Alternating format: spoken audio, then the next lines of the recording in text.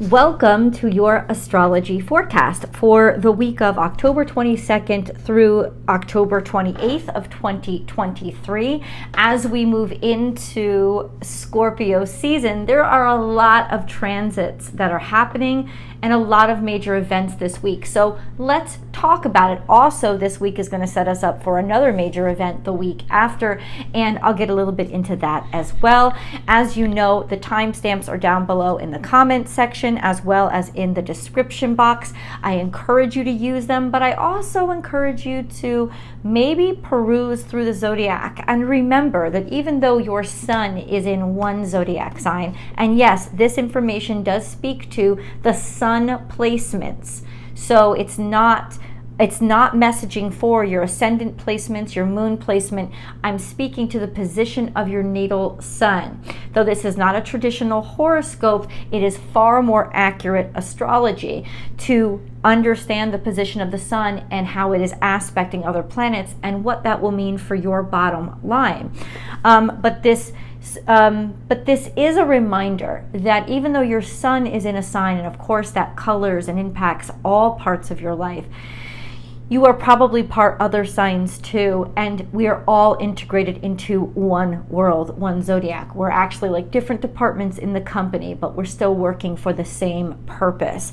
So understand that as you go through, it might help you be curious about some of what the other zodiac signs are going through. So first, I'm going to start out with the big stuff, and then I will break things down into the time-stamped zodiac signs, where we'll get into zodiac sign specific energy that you should know if your sun is in that zodiac sign, and then I'll break everything down into the 3 decans of that zodiac sign. So you know, based on your birth date, what exactly is impacting your sun and how that will play out in your life. So let's get to it, shall we? The big stuff for October 22nd to October 28th of 2023.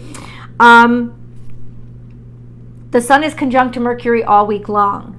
This is a really helpful energy because it means communications are brought to life. Now, understand that this, because we start out on October 22nd, this conjunction begins in Libra, but then it travels into Scorpio. In fact, the sun and Mercury will travel into Scorpio within 22 hours of each other, so just under a day of each other.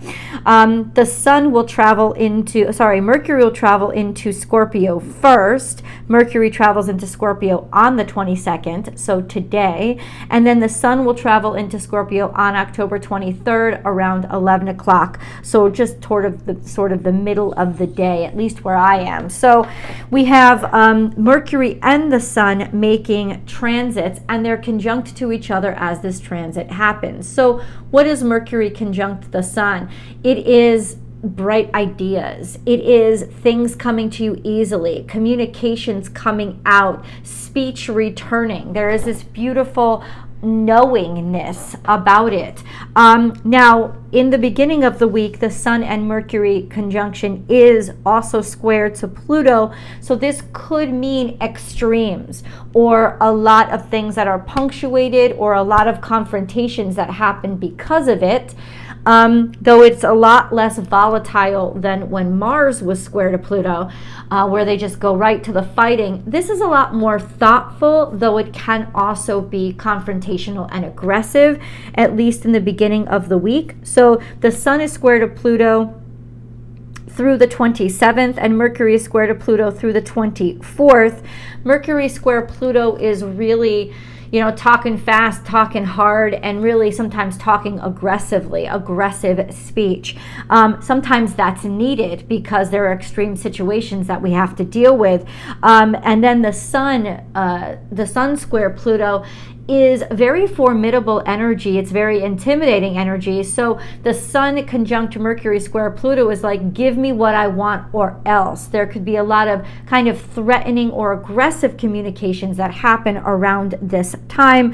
However, everything is also trine, not Pluto, but the Sun and Mercury are also trine to Saturn at this time in the beginning of the week.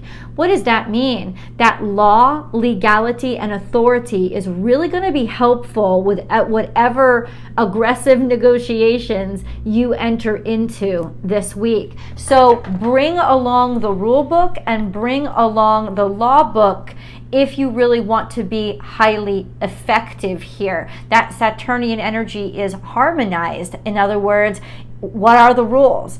Did you play by them? If so, you're going to be, you'll get ahead. These, it will help the communications be so much more effective and efficient. Let's put it that way.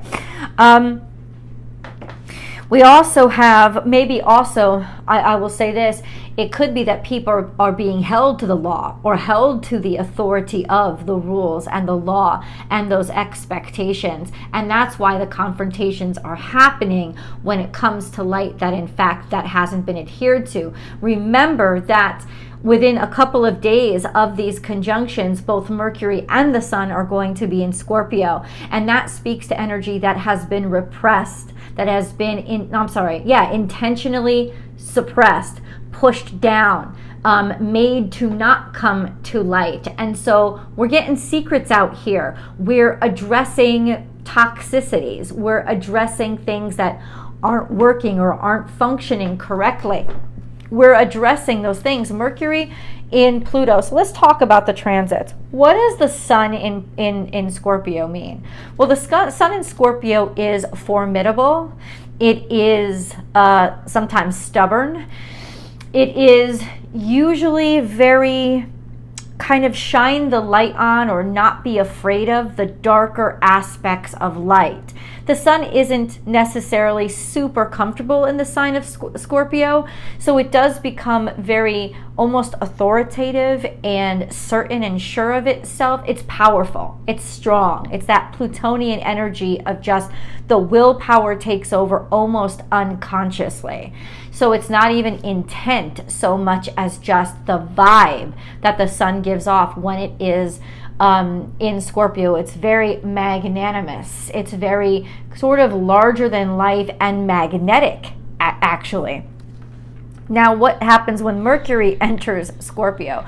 Mercury in Scorpio is all about hidden information, secretive information, private eye work, investigation, looking things up. So especially those of you ruled by Mercury, so Gemini or Virgo, you're going to be impacted by this. Suddenly, if you find yourself doing major research or wanting to dig deeper, trust your instincts, because there is a lot of probably communication that has been subverted or hidden, or doing research in general is going to really help you out, especially with that trine to Saturn.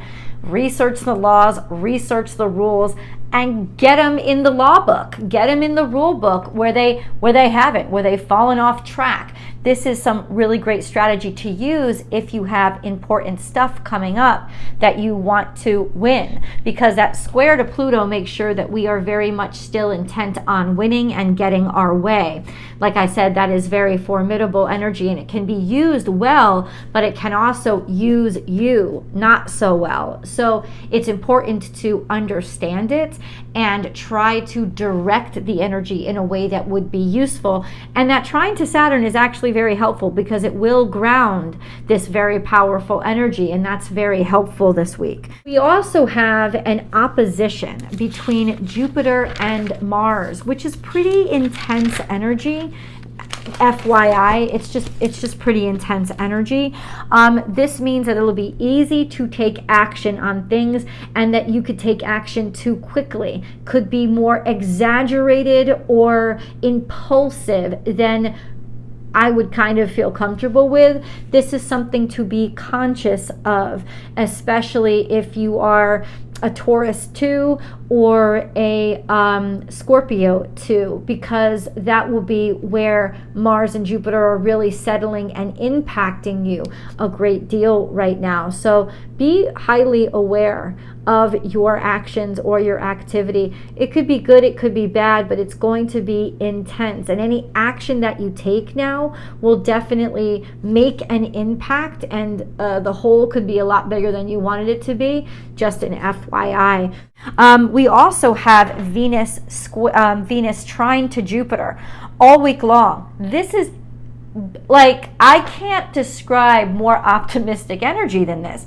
This is very optimistic energy. It can also be very indulgent energy, very much overindulging, eating too much, partying too much, screwing too much, like especially as the sun enters Scorpio and Mercury enters Scorpio and more energy starts to build up in Scorpio, things become a lot more sensual. Now Venus is actually semi-square to the sun all week long, which means, yeah, there is sort of that spur in the side. Something's getting at you, something's driving you, and that could definitely be sensuality. Venus trine Jupiter is very optimistic, if not overindulgent, for its optimism. So it is something that can sort of spur that sun on and make it want something more. So if you feel like you've been stuck, this would be the time, especially for Scorpios, when you feel like, I need to get unstuck, I want more out of life. You know, that kind of energy will start coming through. Happy Scorpio season, by the way. I should have said that as soon as I started this reading. So happy Scorpio season. God bless you guys, and I hope you have a great one. And I do think you will have a great one, and we'll get into why.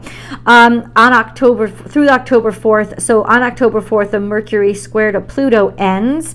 And then Mercury conjuncts Mars on October 24th. So Mercury conjunct Mars is also an energy of strong communications, of taking action and saying something, as words as actions, essentially. So people won't be holding back around that time. On October 27th, the Sun's square to Pluto pretty much ends. So that will ease up a little bit on the overwhelming ego, or the push for the ego, or even confrontations that you may be having with other people's egos.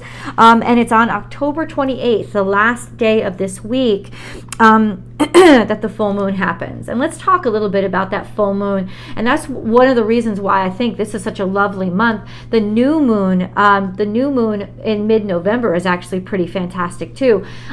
I'm a Cancerian, you guys know that. So I get super, super psyched about the moon phases. But why do I love the October 28th moon? Well, there's always been this allure and sensuality, as well as relative spookiness, about the full moon that happens around Halloween. And since this happens on October 28th, this is that pre-Halloween energy. Halloween, I think, actually falls October 30th, I think is a Tuesday. So basically, even though it's not Halloween, it's pretty much that weekend, October 28th, 29th, is when most people will be celebrating it, at least in the States.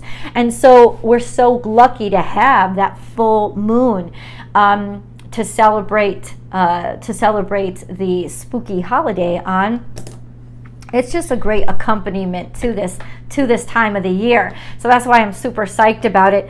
But let's talk a little bit more in depth about the astrology. The moon is in Taurus. Of course, you know that. The full moon is always in the opposite sign, and Taurus is the opposite sign from Scorpio, and the sun is in Scorpio. So it's going to happen at 1:51 p.m. Pacific time. So where I am, that's kind of 11 a.m., 11:51 a.m. East Coast. So it's happening in the morning. So you'll be able to see this beautiful moon around October 27th, and certainly on the night of October 28th into October 29th. That's when you'll get the best viewing of it. It's at 5 degrees Taurus, which means it's in the first decan of Taurus. But check this out. The moon is actually loosely conjunct to Jupiter, which is moving between 11 degrees and 10 degrees Taurus this week. Technically, it's still at 11 degrees when it happens, so it's within 6 degrees of Jupiter, which is very optimistic energy. It's very hopeful energy. When there's a full moon around Jupiter, there's a lot of indulgence. There's emotions become big. They become volumized. They also become optimistic and very social. So this is a wonderful time for celebration and parties. And the fact that Jupiter is also going to be trine to Venus all week, all I gotta say is this can be a very sensual, sexy, happy and pleasurable energy. Now, the sun, which of course is part of the new moon, is going to be conjunct Mercury and Mars while this new moon happens. So, I'm sorry, while this full moon happens. So, technically, this is,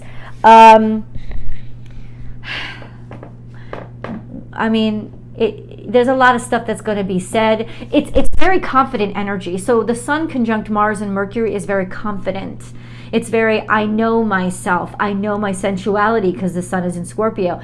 I know what I want. Scorpios know what they want.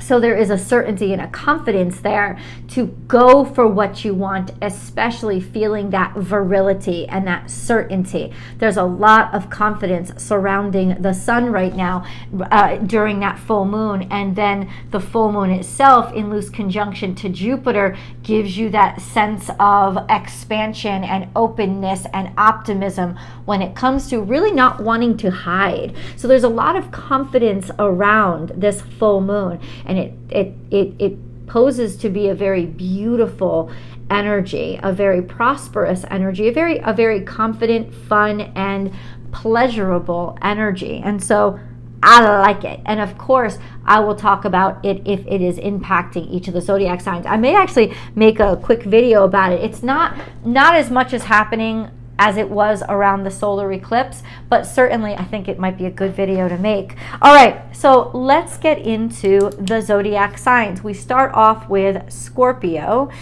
All right, Scorpio. So what's going on with Scorpio in the zodiac sign of Scorpio, and then what's going on with your ruling dignitaries, Mars and Pluto? Let's talk about it. Scorpio is very, very active right now. It's Scorpio season. So Mars is in Scorpio. Mars isn't always in Scorpio during Scorpio season, but it is this Scorpio season, and that's a great thing to have because Mars is one of your ruling dignitaries. This is very confident, sexual energy. It's very virile energy. It's stubborn, it's demanding, and it's insistent. Mars is going to move between 6 and 11 degrees Scorpio this week. And then we have Mercury entering on the 22nd. So it's going to be moving from 0 to 10 degrees Scorpio. It means this week it covers the first decan of Scorpio. Mercury is very, very not secretive. It's very investigative when it goes into Scorpio. It likes to dig. It's also very intuitive when it goes into Scorpio. It will pick things up. Your spidey senses will be far more tangible when Mercury is in Scorpio. And then we have the sun, which makes it Scorpio season, right? The sun enters Scorpio around midday on the 23rd, which we talked about in the big stuff, and it's going to move between 0 and 5 degrees Scorpio, where it will find itself in direct opposition to the moon at 5 degrees Taurus, creating a full moon on October 28th, which we discussed and will discuss a little bit more in depth, especially with a group of you. Especially with a group of you. So the sun in Scorpio can be very stubborn. Like, think of all the characteristics that all Scorpios have in common. They're stubborn, they're sensual, they're sure of themselves, they don't take no for an answer, but they do it, their formidability isn't so much in pushiness, though it can be, as in they just have this presence about them. And that's that scorpionic kind of magic, if you will, that people just take them seriously. They listen to them. It's like a magnet. That's how it works. When the sun goes into Scorpio, it almost becomes a magnet. If that makes sense to you, I'm sure it will, Scorpios, but that's kind of what it is. You are very magnanimous. People are just naturally drawn and attracted to you, even if just for the mystery of you. The sun is very mysterious in Scorpio, and it tends to like its privacy when it's in Scorpio, but it does not like other people's privacy. It is very nosy energy, especially with Mercury there, just an FYI. So, what's going on with Pluto, your modern ruler? Well, Pluto's very active. Pluto is actually, it's in a long-term square to the nodes, sextile to Neptune, and trine to Uranus, which is giving us a very innovative, opening, and life-changing energy for the globe right now. But this week, Pluto is square to the Sun and square to Mercury. through the 25th through the 27th. So that's pretty intense energy because it makes your confidence, your certainty, and your ability to address issues, especially difficult issues, it's like you're not going to take any guff, right? You will speak up. You will not absorb this. You will fight back. And you may fight dirty with Scorpio and Mercury and Scorpio. You may dig up some information, and if you do, you will use it. So that's very intense energy. We also have what Mars is doing. What's going on with Mars? Well, Mars, as we said, is going to move between 6 and 11 degrees Scorpio. It is opposite Jupiter all week long, and I didn't talk about that in the big stuff, and I really should go back and add that to the big stuff. Mars is in opposition to Jupiter pretty much all week long. That is intense energy, can lead to a lot of things being exaggerated, but definitely actions being taken. But a lot of times action with Mars opposite Jupiter, actions are taken that could be taken to the extreme. Or you could be acting out or reactionary and taking things to the extreme or making them bigger than they are.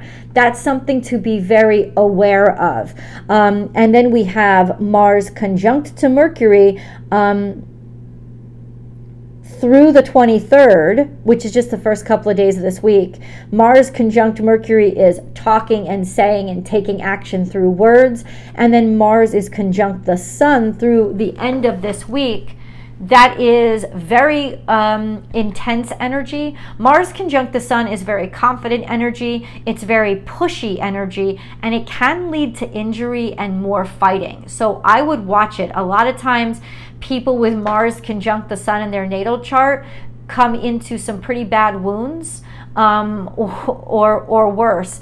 So there is that sense of almost attracting a fight, right? And being very pugilistic. So watch that energy. I think it's going to be very intense for a certain group of you, especially.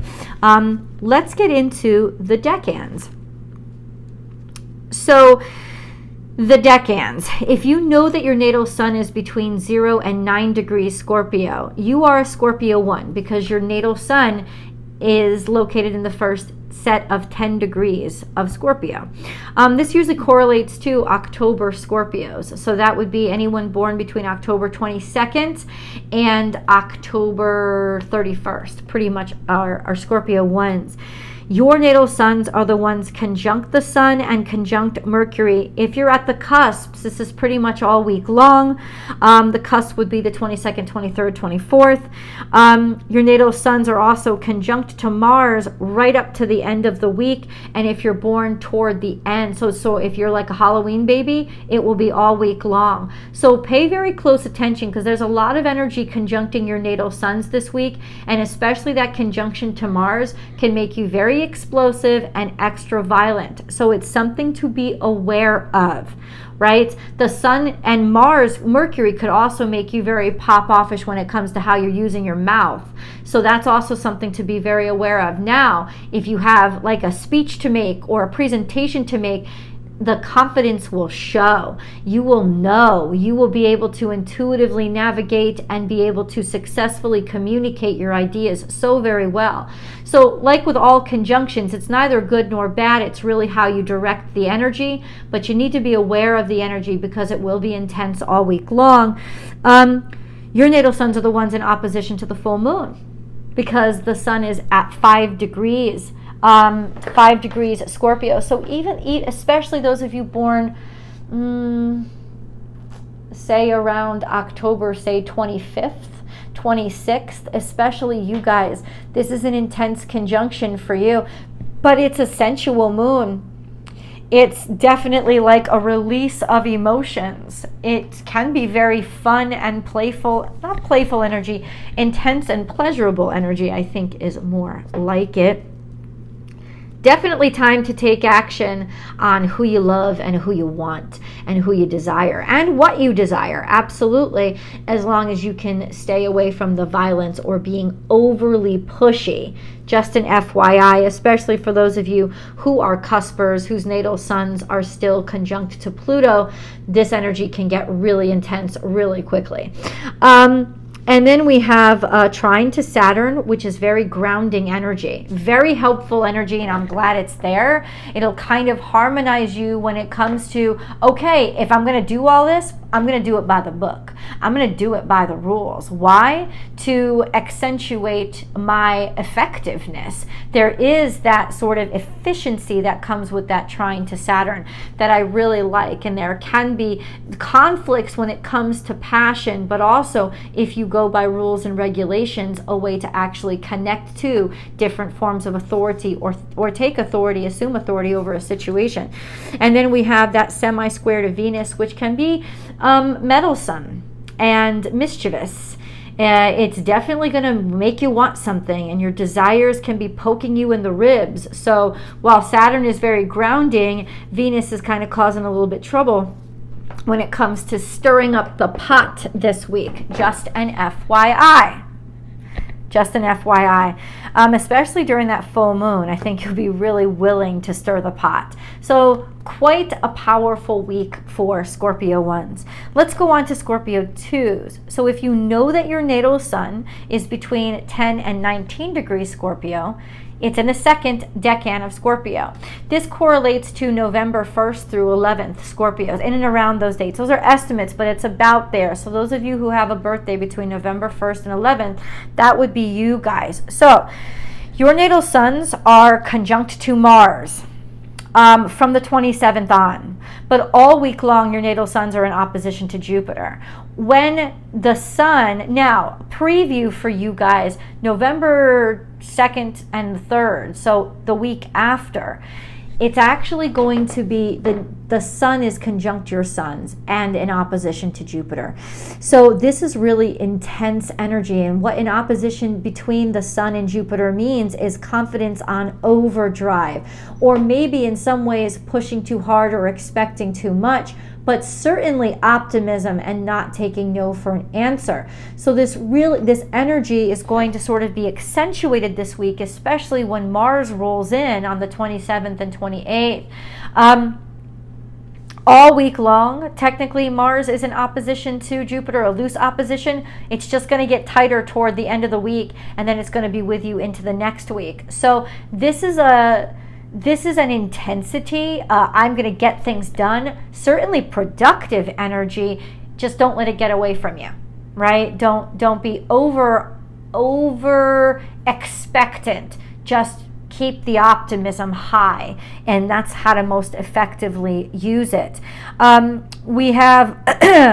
We have also a conjunction to Mercury as of the 28th. So at the very end of this week, Mercury moves into the second decan.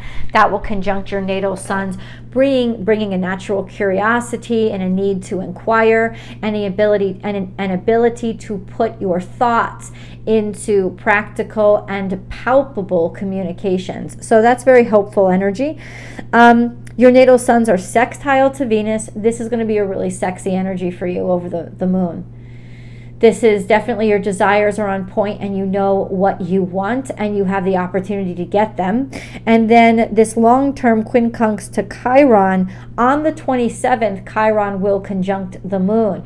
That could be kind of an emotional day for you, a day where it's a little bit more difficult to feel confident, but ultimately I think it will pass, and it maybe could just keep you or make you even more in tune of what matters to you and what is missing or what you think is lacking in your life, which can offer a lot of clarity for healing.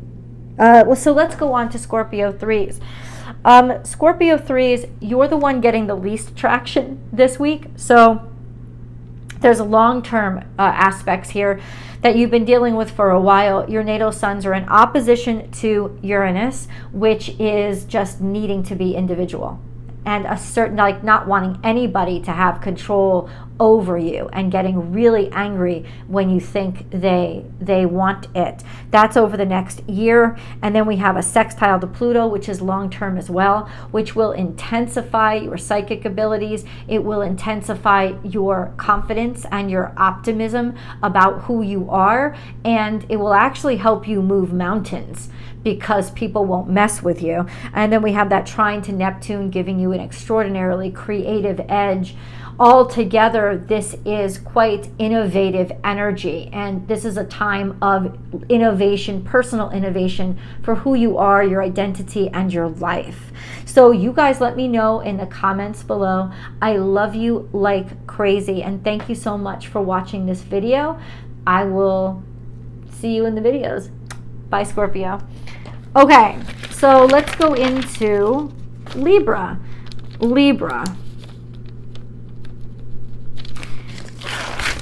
What's up, Libras? So what is going on in Libra? Well, the thing is, a lot of things are exiting Libra. Mercury exited Libra, Mars a week or so ago, Mercury at the end of last week. So we begin this week on October 22nd with Mercury out of Libra. So it's really just the sun that is in Libra at 29 degrees.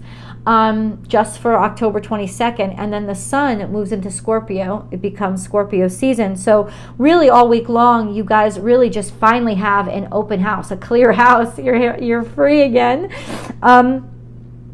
We have the South Node at 24 degrees. Now, of course, the South Node is going to retrograde through Libra for the next year and a half. So it will be with you for a while. It is still in the third decan of Libra, bringing up a lot of sensitivity about our past relationships or because of our past relationships. So it's just something to be aware of, especially if you're born toward the end of Libra season. This is something that you would be dealing with right now. Don't worry, Libra 2s are going to be getting it in a couple of months. Just an FYI. So what's going on with Venus? Well, Venus is quite mischievous this week because she is semi-square to the sun, putting a little spur in the side of everybody's egos and really making people pay attention to their desires. So you're not going to be able to ignore your desires this week. We also have a trine to Jupiter all week long, and that is beautiful energy. It's sensual, it's optimistic, it's overindulgent, sure, but it's also like, I'm happy with my overindulgence. It's real pleasure center kind of energy. And then through the 26th, she's also in opposition to Neptune, but by the 26th, or no, hold on. By the 26th, I'm sorry, I apologize. By the 26th, the opposition to Neptune will start to form. So toward the end of this week, Venus will come into opposition with Neptune. What does that mean? You can get really, really distracted when it comes to love.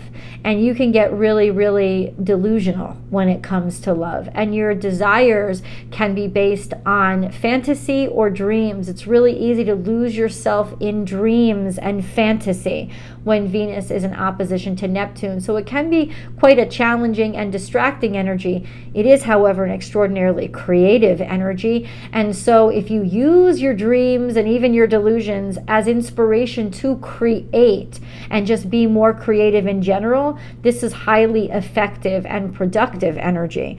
So let's talk about it, Libras. What's going on with the decans? Libra 1, if you know that your natal sun is between 0 and 9 degrees Libra, it's in the first 10 degrees of Libra. You guys are Libra 1s. This correlates to birthdays between basically September Librans, between say September 22nd and October 1st. That would be you guys. Pretty much long-term stuff and really just for the cusps. So especially if you're September 22nd, 23rd, maybe the 24th, your natal suns are trine to Pluto, giving you an ease with your psyche as well as the darker stuff in life. There is a healing here and an easement with who you are and a more sort of a deep acceptance of everything about yourself over the next year or so. And then we have a quincunx to Saturn, which just means that you could be getting irritated or agitated by rules, laws, regulations, but it's trying to create a stimulus when you feel restricted and you feel like you're being held back. Over this whole year, it is to inform you or encourage you to figure out how to get out of that situation and educate yourself better. So it can be productive, but it's going to be relentless too for the next year, just coming into just agitation when it comes to feeling stuck. The question there is always, what is this trying to teach me? That's what it is. Let's move on to Libra 2s. So if you know that your natal sun is between 10 and 19 degrees Libra, you guys are Libra 2s. This correlates to Libra birthdays between October 2nd and the 11th. So you also have long-term aspects right now. So you may feel them, you may not, but this is sort of over the next year or so. Well, not year for Jupiter. But yeah, Jupiter's over the next couple of months. You have a quincunx to Jupiter, which means your optimism keeps pushing you forward. There could be a sense of a little bit too much expectation when it comes to how people look at you or how people seeing you, being irritated when people don't notice you. Something to be aware of, but generally speaking, it's optimism, and I want to grow and I want to expand. There's also an opposition to Chiron. The opposition to Chiron is going to sort of supercharge your sense of low self-esteem, questioning yourself, my value, am I ever going to be good enough? Those are common themes when Chiron is in opposition to the sun. Could even be that in some ways physical ailments or body aches or old injuries are starting to come up and make you question, who the hell am I? Giving you a little extra guff over this next year. It will move on, but ultimately it's about confronting those aspects of yourself that make you feel most vulnerable and learning how to accept yourself and integrate all parts of you into a place of love. Now that is long term. You don't have to do that by the end of this week. That's why I said both of these aspects are long term. Let's go on to Libra 3s. If you know that your natal sun is between 20 and 29 degrees Libra, you guys are Libra 3s. This correlates to Libra birthdays between October 12th and the 22nd, so right up to that Scorpio cusp. Your natal suns are conjunct the cusp. So if you're born on October 22nd, October 21st, 22nd, your natal suns are, even though the sun is transiting into Scorpio, your natal suns are going to be conjunct the sun all week long, including during the full moon on the 28th. So that will kind of bring about this sense of certainty and assuredness, as well as sensuality for you around that full moon. Your natal suns are also going to be conjunct Mercury in the beginning part of the week. Mercury moves really quickly if you are a cusper, so that means that you'll be very conscious of, very aware of what to say it, how to communicate effectively. Remember, your natal suns are still in a square to Pluto, so everything is going to be more exaggerated and you may feel more pop-offish and more mouthy than you usually are. Something to be aware of, because people will definitely remember under that square to Pluto. With your natal sun square to Pluto, people will remember what you say. So is it going to leave a lasting memory with that conjunction to Mercury in the beginning of the week. So Libra cuspers, are they going to remember you in a good way or a bad way? Because the memory will last. That's something to be aware of this week. And remember, it could be used effectively or progressively, or it could be used derogatorily. So or deteriorative. It can ruin things as well. So just be FYI on that one. Your natal suns are conjunct the South Node, and what that means is there's a lot of stuff from your past coming to light, especially past relationships, What is it trying to help you learn or realize? It's trying to push you forward. It's trying to get you out of your comfort zone and make you realize why you need to be or incorporate more independence or singularity into who you are. The North and South Node are not separate entities. It's trying to get you to see the opposite side of things, or maybe entice you to be more independent. So there's a lot of past stuff coming up and impacting you. It's almost like reliving it in a lot of ways right now. And then we have this semi-square to Venus this week, which means that there is this desires are going to be almost irritating you. You're gonna get almost like agitated or irritated. Like it's like a spur in the side. Get moving. Get moving. Like you'll become very, very aware of your desires. It won't be easy for you to ignore them this week or repress them or suppress them. Just an FYI. So yeah, I hope you enjoyed this video. Please remember to like the video and share it with people that you know would like it too. And don't forget, if you're not subscribed yet, please subscribe to this channel. I love you guys, and I'll see you in the videos. All right, Sagittarius. What's going on in Sagittarius? The zodiac sign of Sagittarius has nothing going on in it this week. It's just not. It's good. It's not, that's good, right? It's kind of all open spaces. But Jupiter, your ruling dignitary, is actually very active. So let's talk about it. Jupiter this week is moving between 11 degrees Taurus, between 10 degrees Taurus. Jupiter is in opposition to Mars all week long. And the opposition actually gets more intense as the week goes on because it goes into the week after. So ultimately, there is that sense of wanting things, getting them done, taking action, being ready to take action. Like now is the time to take action. Your optimism will guide you. And then we have this semi-square to Neptune that's forming now. That could be a little bit in other words, no, not really distracting. The Jupiter semi-square to Neptune just means your dreams are going to start to come to the surface and poke you and be like, hey, this is what we want. And with that opposition to Mars, there is that sense of let's go get it. And then we have a trine to Venus, which is sensual pleasures and desires, also another dose of optimism. And a conjunction to the full moon. That's right. It's within a 6-degree conjunction of that full moon. So there's so much passion and so much energy and so much release, especially around that time.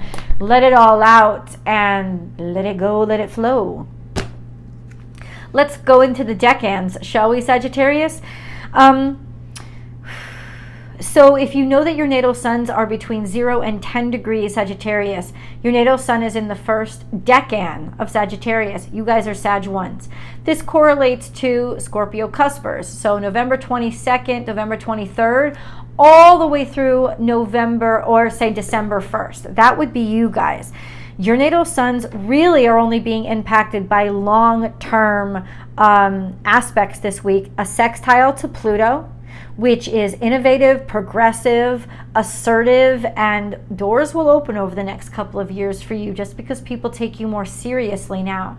And then a square to Saturn, which means you will be stirred or inspired by challenges or conflicts that you have with rules, laws, and regulations. And the confrontation of those challenges will actually add progress and professionalism and strength to your life. That's especially over the next year, just an FYI. Let's go on to Sagittarius 2s.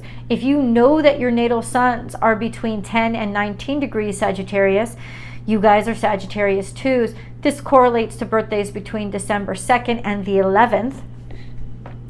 Your natal suns are also experiencing a long-term trine to Chiron, which means healing, especially physical ailments, really taking care of a lot of physical issues over the next year and a half. That's actually very good. And then we have a quincunx to the full moon on the 28th. So desires will come out and you will not be able to ignore them. And then we have a square to Venus all week long between your natal suns and Venus. And that could really that could really create some kind of tension when it comes to what you desire. Sexual frustration, pent-up sensuality, feeling like you're too restricted, or maybe even some conflicts when it comes to how you look or how you feel about yourself. As you repair and heal with that trine to Chiron, give yourself some leeway and inspire these conflicts to help you love yourself deeper. There could also be more conflicts right now between you and a loved one or an intimate partner. So just be aware of that. This is to release tensions, not to do you in, but to release tensions, to get them all out. And so if you're having more confrontations, it's because things have been built up and it needs to be released. Especially, they just need to be released. Let's put it that way. So that's an FYI of why everything that's going on. Let's go on to, I was going to say with that full moon on the 28th, that quincunx, it could be that pent-up sexual tension really needs to be released, and it comes to a head. If there are more arguments around that time, it'll probably be for those reasons, Sagittarius, just an FYI. Let's go on to Sagittarius 3s. So if you know that your natal sun is between 20 and 29 degrees Sagittarius, you guys are Sagittarius 3s. This correlates to Sagittarius birthdays between the 12th and the 22nd of December. So right on up to that Christmas cusp, the Capricorn cusp. Your natal suns have a long-term sextile to Saturn, which means there's a lot of opportunity for growth, expansion, and career development this year. Things that will absolutely open up doors and help you out in the future. A lot of things with Saturn, it doesn't happen immediately. So if you don't see a lot of progress, you are making progress. You're making progress through your lessons and the discipline that you're learning, and it's really definitely preparing you for success. We also have a square to Neptune. The square to Neptune is very creative energy, though it can be very distracting energy. It could definitely make you think outside the box, but it could also make you more susceptible and vulnerable to lies or deception. I think you'll be a lot more intuitive right now, so definitely trust your intuition, maybe more than you normally do. And then we have a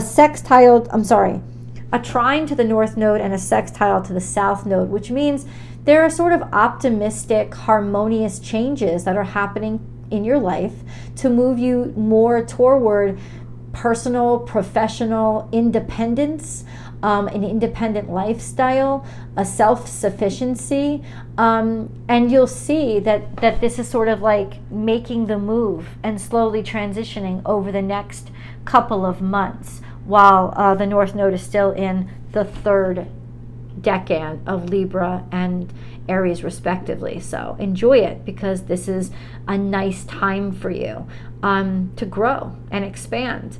I love you guys so much. Thank you so much for listening. If you know somebody who would like this content, please share it with them, recommend it to them, and definitely give us a thumbs up over here and subscribe to Astrology Motivation so that we can grow and I can offer more content. I love you guys, and I'll see you in the videos. All right, so let's move on to Capricorn. Capricorn, what is happening in Capricorn this week? Well, Pluto is still in Capricorn, and it will be into next year, at least in the beginning of next year. So Pluto is at 27 degrees Capricorn. It will be all week long, and especially for those of you who are Capricorn 3s, we'll get into it. There's a lot of activity around there. What is Saturn doing? So for all of you, you should always really follow what's going on with Saturn. Well, Saturn is at 0 degrees Pisces, and it is pretty much stationary because it's about to move direct on November 4th, which is not as far away as it sounds. It's really not. It's around the corner. So Saturn is going to be moving direct on November 4th. That's the week after this week. For this week, it is still stationary at 0 degrees Pisces. We have a trine to the sun, which means confidence and personal authority. We have a trine to the south node, which means making peace with your past, especially with regards to relationships from the past. And And then we have a conjunction to the moon on the 23rd, which can be pretty tumultuous energy. Just on that day, a sense of sort of really understanding more about what you're feeling, and more of that coming to the surface, but I think in a way that you can understand and really put your hands on this sort of emotions and maybe how it's actually impacting you. We also have, through the 26th, Saturn is trine to Mercury. So there's authority in how you speak. There's authority in your mind. A good way to organize things. This is a good time to put your thoughts into order, a productive order, to analyze productivity of each situation that you're in. This is really productive, helpful energy. You have Saturn in a long-term semi-square to Chiron, which can just be, it's like how you feel about yourself kind of driving you forward. Like always on the edge of, I don't know if I'm good enough. Now that can be very inspiring, like a spur to a horse's side, but it can keep you moving forward.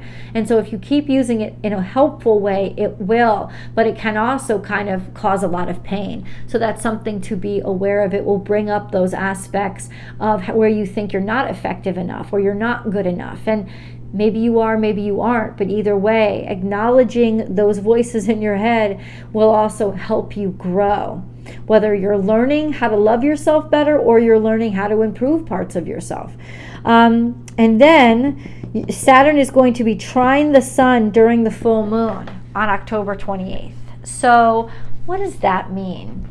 Well, there's a very grounding energy, a seriousness, a personal authority, and a maturity to that energy.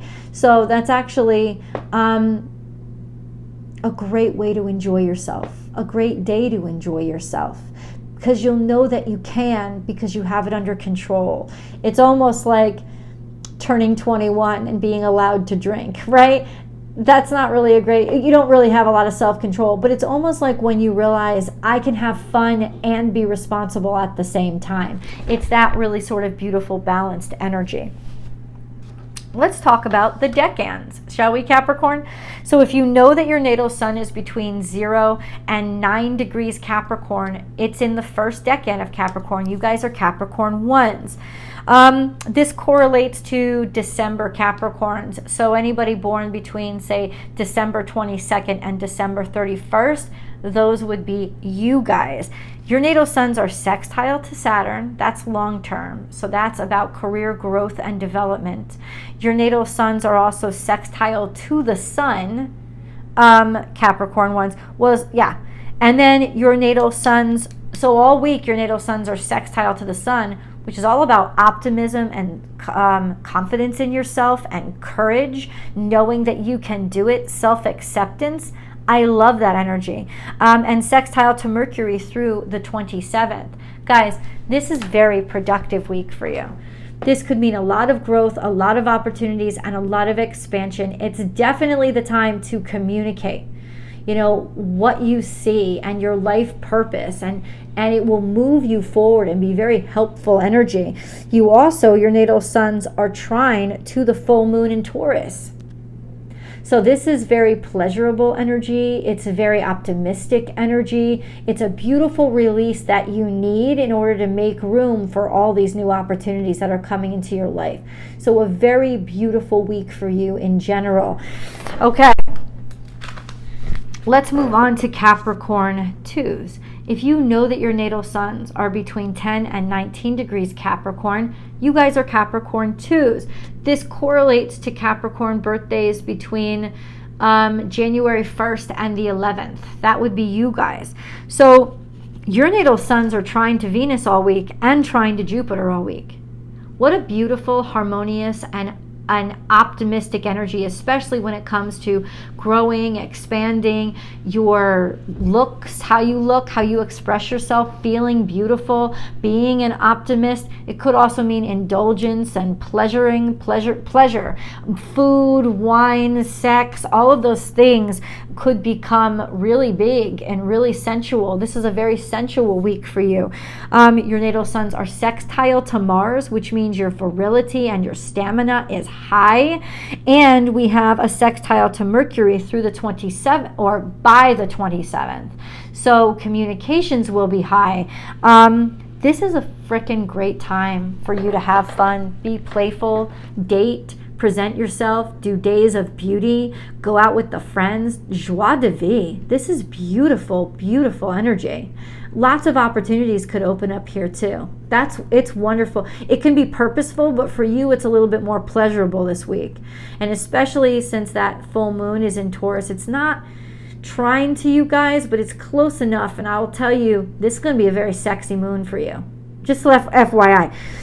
Your natal suns are in a long-term square to Chiron, and that's very grounding energy. It's also very challenging energy with self-esteem. So this week could be a real breakthrough when it comes to finding your beauty and finding your love for yourself and getting out of the rut when it comes to how you feel, how worthy you feel. This could be a very healing week for you as well. All right, let's move on to Capricorn 3s. If you know that your natal sun is between 20 and 29 degrees Capricorn, you guys are Capricorn 3s. This correlates to birthdays, Capricorn birthdays between the 12th and the 22nd of January. Your natal suns are in basically long-term aspects. Nothing is really with the inner planets are really impacting you right now. Square to the nodes means your life is changing. Your tastes are changing, your interests are changing, and who you are and how you see yourself is turning a corner. Sort of that maturation period in your life. Let it happen. It's supposed to. You have a long-term sextile to Neptune, which is genius level creativity. Let yourself create over the next couple of years. Get into organizations, groups, or lessons, or just let yourself tap into your creative side. It will be very productive and could open up opportunities for you. And then we have that long-term trine to Uranus, which is also going to make you think out of the box, be inventive and ingenuitive, as well as be more interesting and more interested in things that normally you wouldn't be interested in, and assert your independence a lot more in terms of being okay with being a little eccentric. This is a very expansive time for you. Your natal suns are still in conjunction to Pluto as well. And I got to tell you, it just means that there's so much change that's happening in who you are and how you see yourself. There's a lot of innovation to your life right now, and it could be very, very, very beautiful over the next couple of years, the way that you allow yourself to change in ways that it wouldn't have happened any other way. You know? So this is really, I know, because my best friend is a Capricorn too. And her natal sun was conjunct to Pluto a couple of years ago. And the changes that her life went through were like a total makeover. And not just cosmetic. I mean, it's just revolutionary how her life has grown and expanded. And it helped her get unstuck from a lot of ruts she was in that she didn't know what to do with. So this is really going to shake you up and help you get unstuck from a lot of ruts as well, Capricorn 3s. I love you guys. Thank you so much for hopefully enjoying this video. Please don't forget to give it a thumbs up and share it to people that you know would be interested in this information. And then remember to subscribe to the channel, guys. I love you, and I'll see you in the videos. Aquarius. So what's going on with the sign of Aquarius? Nothing is actually going on in the zodiac sign of Aquarius. Okay, I won't say nothing, but nothing big. However, there are still things happening between your ruling dignitaries and with your ruling dignitaries. So your ruling dignitary, your modern ruler, is Uranus, and of course your traditional ruler is Saturn. So we're going to review those both. Saturn is in Taurus at 21 degrees. Saturn is trine to Pluto, and by the 26th of this week, it will be trine to Venus. Now, if you remember, especially because of Venus's retrograde, Venus was square to Uranus quite a few times this year. Now she's going to be trine to Uranus, which means harmony to the tension, an easement to all the suspense or the frustration, or however the square between Uranus and Venus was rumpling your feathers. Finances, absolutely, there would have been tension, there would have been restriction, more from the inside than the outside, simply because I want something different, I want independence, but I'm finding it difficult to gain it, to earn it, to find the opportunities for it, as well as an itch under the skin to declare your independence, but feeling like every time you try there was some sort of restriction. Now there's an easement there. There is a trine. And so I think we get some satisfaction to all the tension that we experienced over the summertime and the early fall while Venus was now moving direct, but also re-squared Uranus going direct. So what's going on with Saturn? Saturn is actually a lot more active this week and in a very helpful position. It is trine to the Sun, it is trine to the South Node, and through the 26th, it is trine to Mercury. So this gives us a very abundant, open-minded kind of harmony with ourselves and the information that we have and how we communicate ourselves and how we're able to clearly articulate ourselves. We also have a conjunction to the moon, between the moon and Saturn, on the 23rd. This is never an easy conjunction simply because there's such conflicting energies, but it can give us a real grounding energy or a feeling of, well, it could give us a feeling of sort of maturing our senses or our emotions, this understanding or sense of owning them and having a more practical interaction with them. Whether that's good or bad, you choose, but that's the 23rd. I don't think this is going to create a lot of tension this time around because there's such easement everywhere else. With Saturn, we have a semi-square with Chiron, which is long-term, which can really irritate and agitate our self-esteem, making us feel like everything we do is always challenged, but it can also serve as inspiration too, and I think that that will serve as a real nice direction here as we go into an easement to remind ourselves to not get ahead of ourselves and to be grateful for who we are, and that eventually things do work out. Saturn is trine the Sun during the full moon on the 28th. This full moon has a lot of expansion because it's very interactive with Jupiter. So the fact that there's a trine to Saturn gives it this beautiful sense of grounding as well as reality. A sense of it's not just going to be in concept, but an easement with figuring out how to do it practically, how to apply this optimistic energy in a practical way, as well as finding some generosity when it comes to the law and authority figures. So that is actually very helpful energy. Let's go into the decans. So if you know that your natal sun is between 0 and 9 degrees Aquarius, it's in the first decan of Aquarius. So you guys are Aquarius ones. This correlates to Aquarian birthdays pretty much in January. Anywhere between January 22nd and the 31st is usually when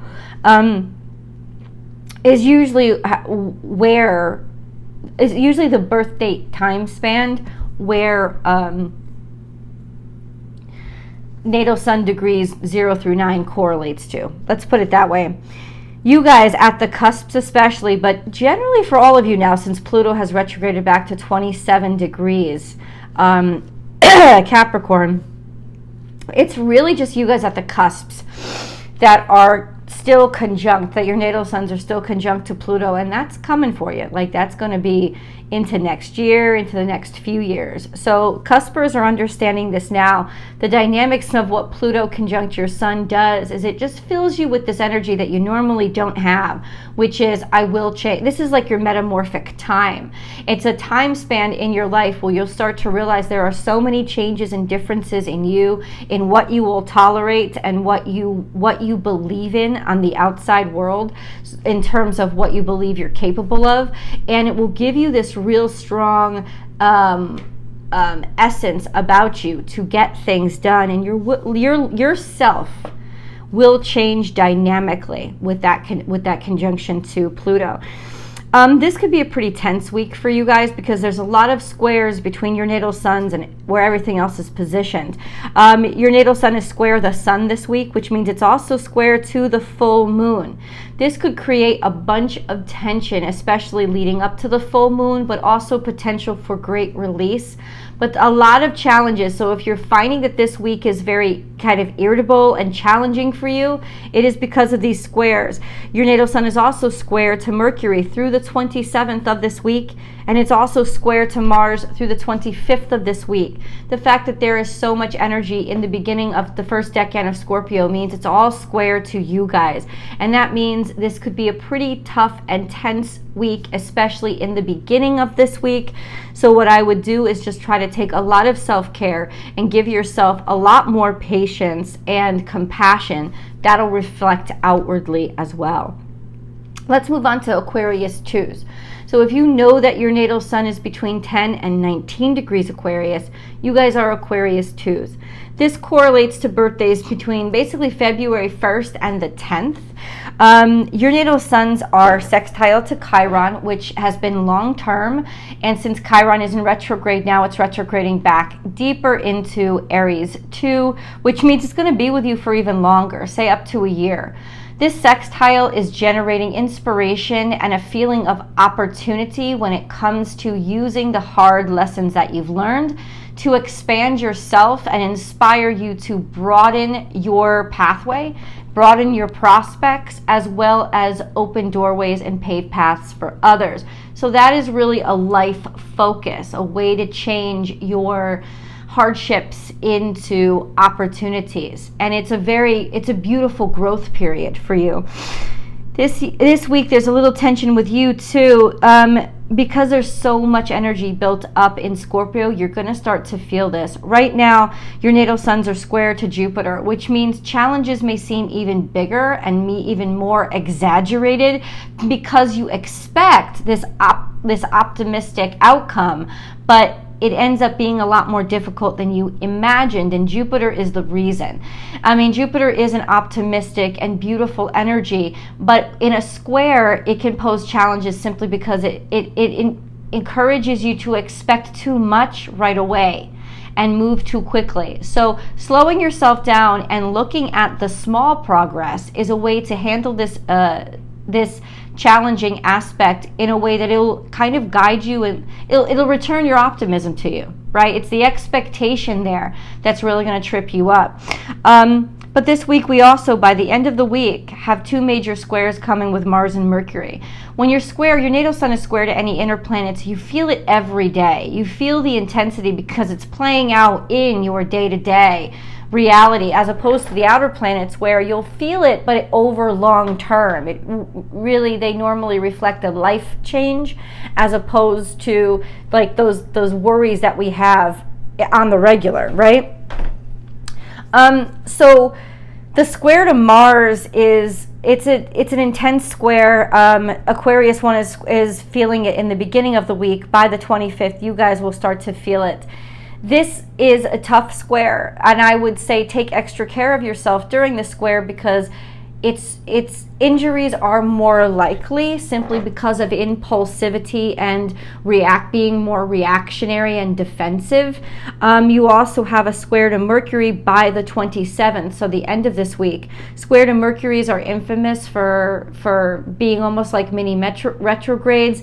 This sense of people are not understanding me correctly, communications get crossed, things can get really messed up. This is not a good time to sign paperwork or join up with anything or do anything like that that's really important. If you feel like in your work you have to, definitely get somebody else to look this over and make sure that everything is sound. Get like a second opinions or take more time to consider it, because there are going to be lapses in communication now that might not bode well for the product of whatever is signed under a Mercury square.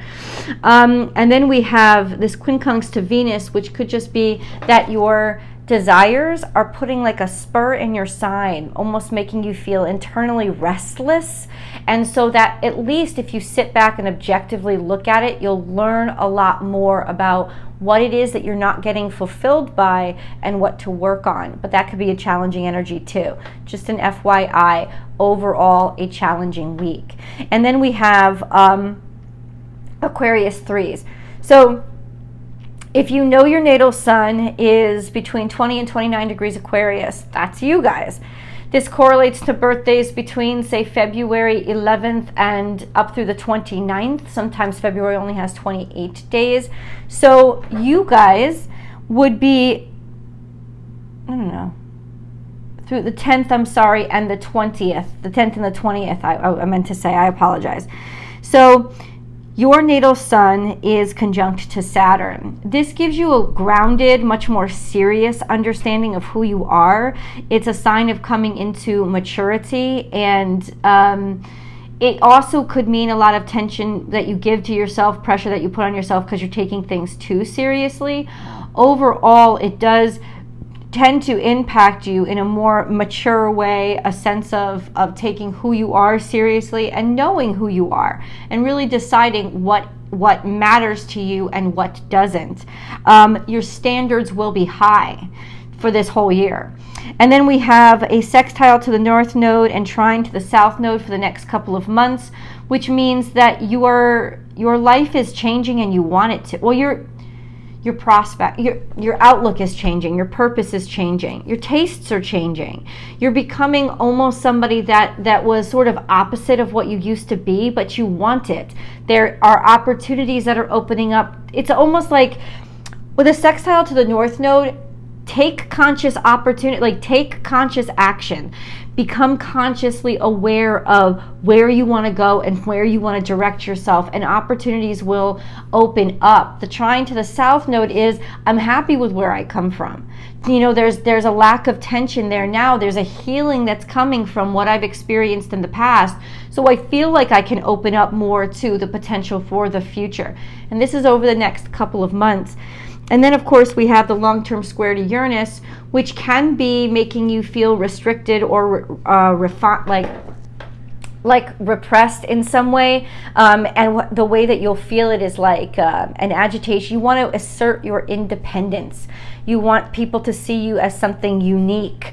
You are starting to get interested in ways to express yourself or ways to be that are not fitting in with everybody else because you want to stand out. So there's a little bit of that grind on you long term that could make you feel super aware of what you haven't gotten to do or the experiences in life that were that eluded you. And so if you find yourself having sort of a mini midlife crisis, this is it. This is why.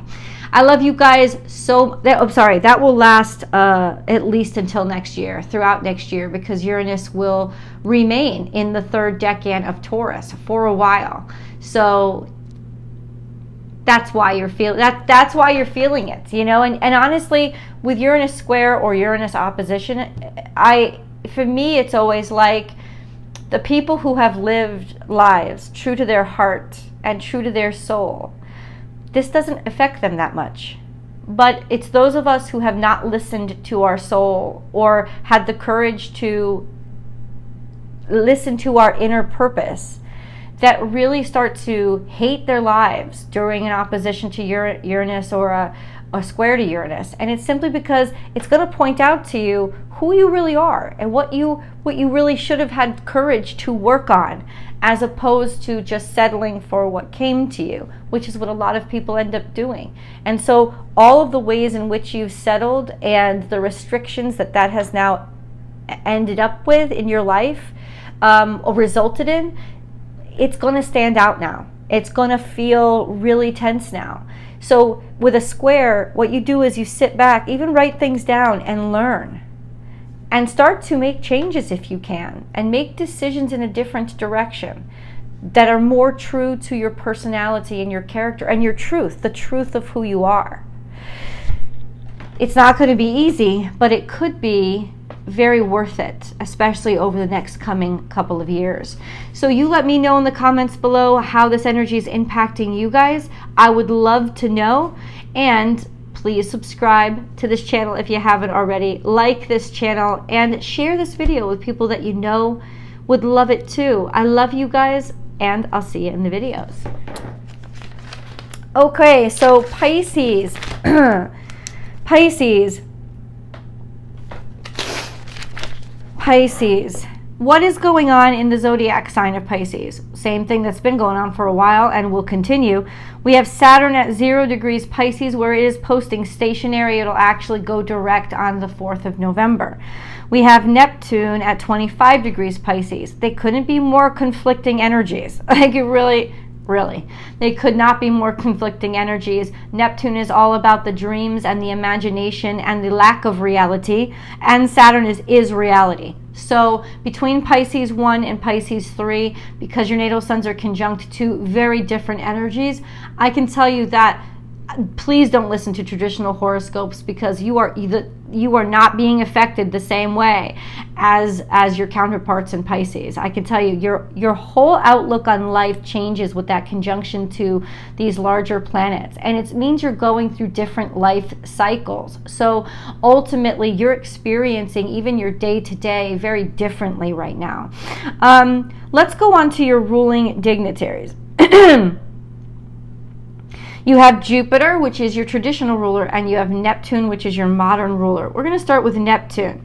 So Neptune is in its long-term sextile to Pluto, long-term sextile to Uranus. So over the next 10 years or so, this is extraordinarily creative time that is changing our humanity on Earth. 100% it is. The way that we live and interact on Earth, the way that our communities are built, there are new ideas and new concepts that are changing us into a dream, what we could have only dreamed 100 years ago. So that's essentially what's happening globally. Something that's going to impact you a little bit more now is because by the 28th, the end of this week, so actually heading into next week, Venus is going to be in opposition to Neptune. So especially those of you born in the third decan of Neptune, so in Pisces, at the end of Pisces season, which would be mid-March, essentially.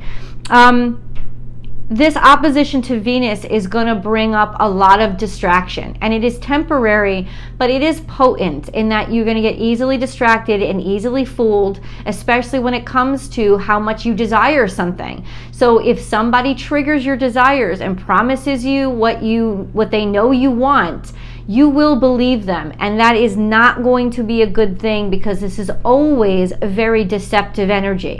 The best way to use this energy is to create, to take your dreams and take the desires that come up and allow yourself to dream out loud by turning it into a creative inspiration, by doing something, by activating it, and in so challenging the truth of it. And you can enjoy the unreality of it, but to get lost in the delusion of it is is challenging energy, to say the least. Could cause a lot of conflict. I would not deal with any serious money matters this end of this week into next week.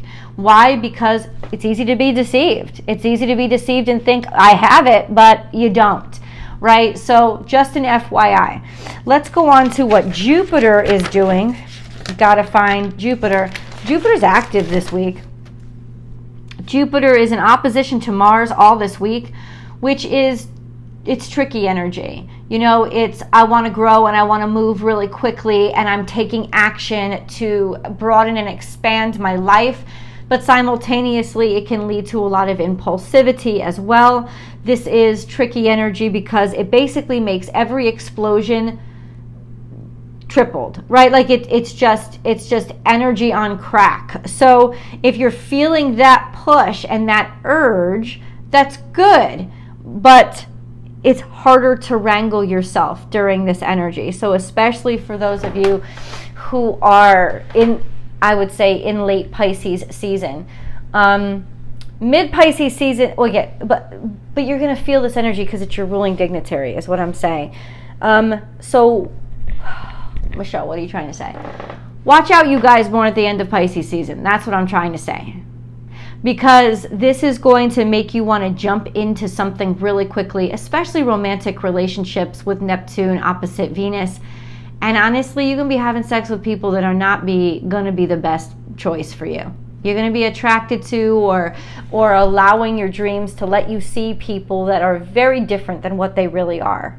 Just an FYI, especially you guys. So we also have that semi-square to Neptune, between Neptune and Jupiter, which means there is a push somehow right now, an agitation or irritation or a push. It's almost like a poke to dream bigger, to desire more, to go big or go home.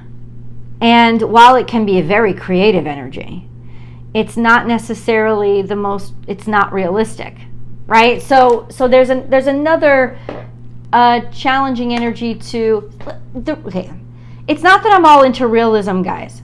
It's that this is the real world. And the truth is, in the real world, we have height, length, width, and time to contend with at all times. And dreams do come true.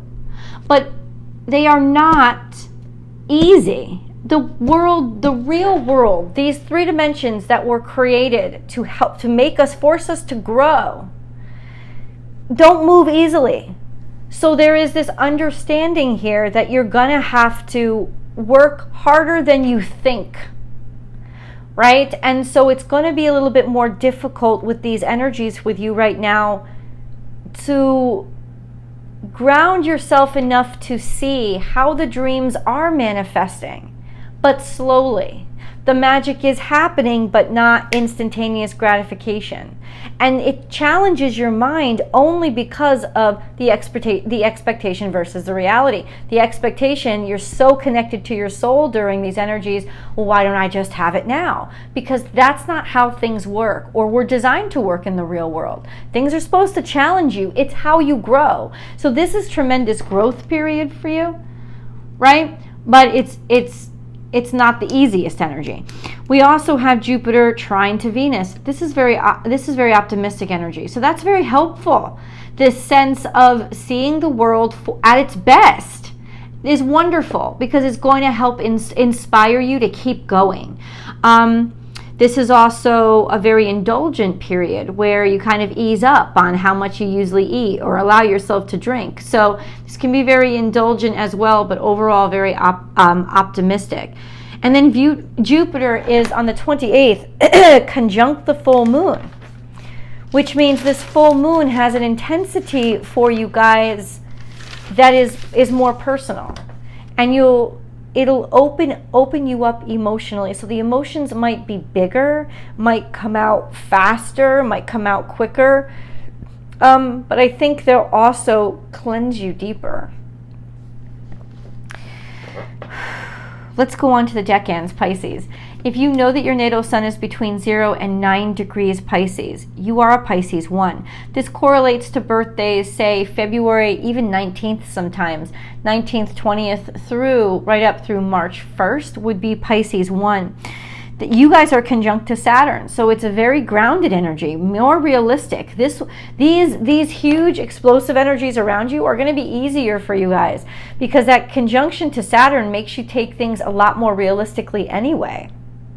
And that's very helpful. It could also be you take them so seriously, you take them personally, and that's the one type of energy I would try to stay away from.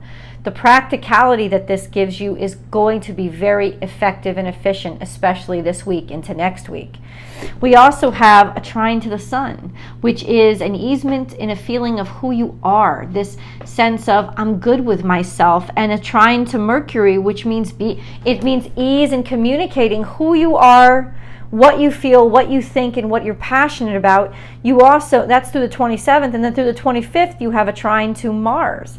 So this is a very helpful and potentially productive week where things end up just flowing for you in ways that you didn't even ask for the easiness of. This is it. Take it. This is a nice energy. And then we have a sextile to the full moon. Very powerful energy for manifestation, very powerful energy for release, but also becoming consciously aware of all the opportunities that you have, all the potential that you have. This week is a very optimistic week for you. Let's move on to Pisces 2. So we have, so if your natal sun is between 10 and 19 degrees Pisces, this would be you guys. This correlates to, say, March 2nd through the 11th birthdays. We have a sextile to Jupiter, which is always expansive, always growing. It will play out over the next few months or so. It's not a quick thing. But it's going to help you remain optimistic and to see opportunities very clearly, to expand your horizon, talk to people more, learn different cultures or philosophies. This is where your bright ideas and opportunities will come from.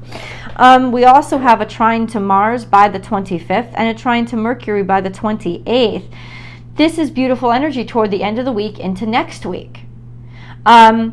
So it's something to look forward to, a sense of you will start to feel the flow, just start to turn on this fluidity with your body, with your decision making, with your ability to communicate both mentally and physically with people. This is really wonderful energy toward the end of the week into next week. And then we have that long-term semi-square to Pluto, which will make you more intense over everything. It'll make you take things more intensely, take things more seriously, take things closer to heart, but also have a more poignant effect on other people and how they see you. And oh yeah, they'll react to you in a different way than you would expect because of that little bit of a push with Pluto. It'll just add intensity to you. We also have this opposition to Venus that's happening this week. That is challenging energy. The sun opposite Venus could kind of challenge how desirable you feel, how desirable, what you think you look like, romance, desires, love, conflicting somehow. There is a tension here that will last throughout the week. I would say especially toward the end of the week when Venus actually starts to oppose Neptune, even though you guys in particular aren't conjunct to Neptune.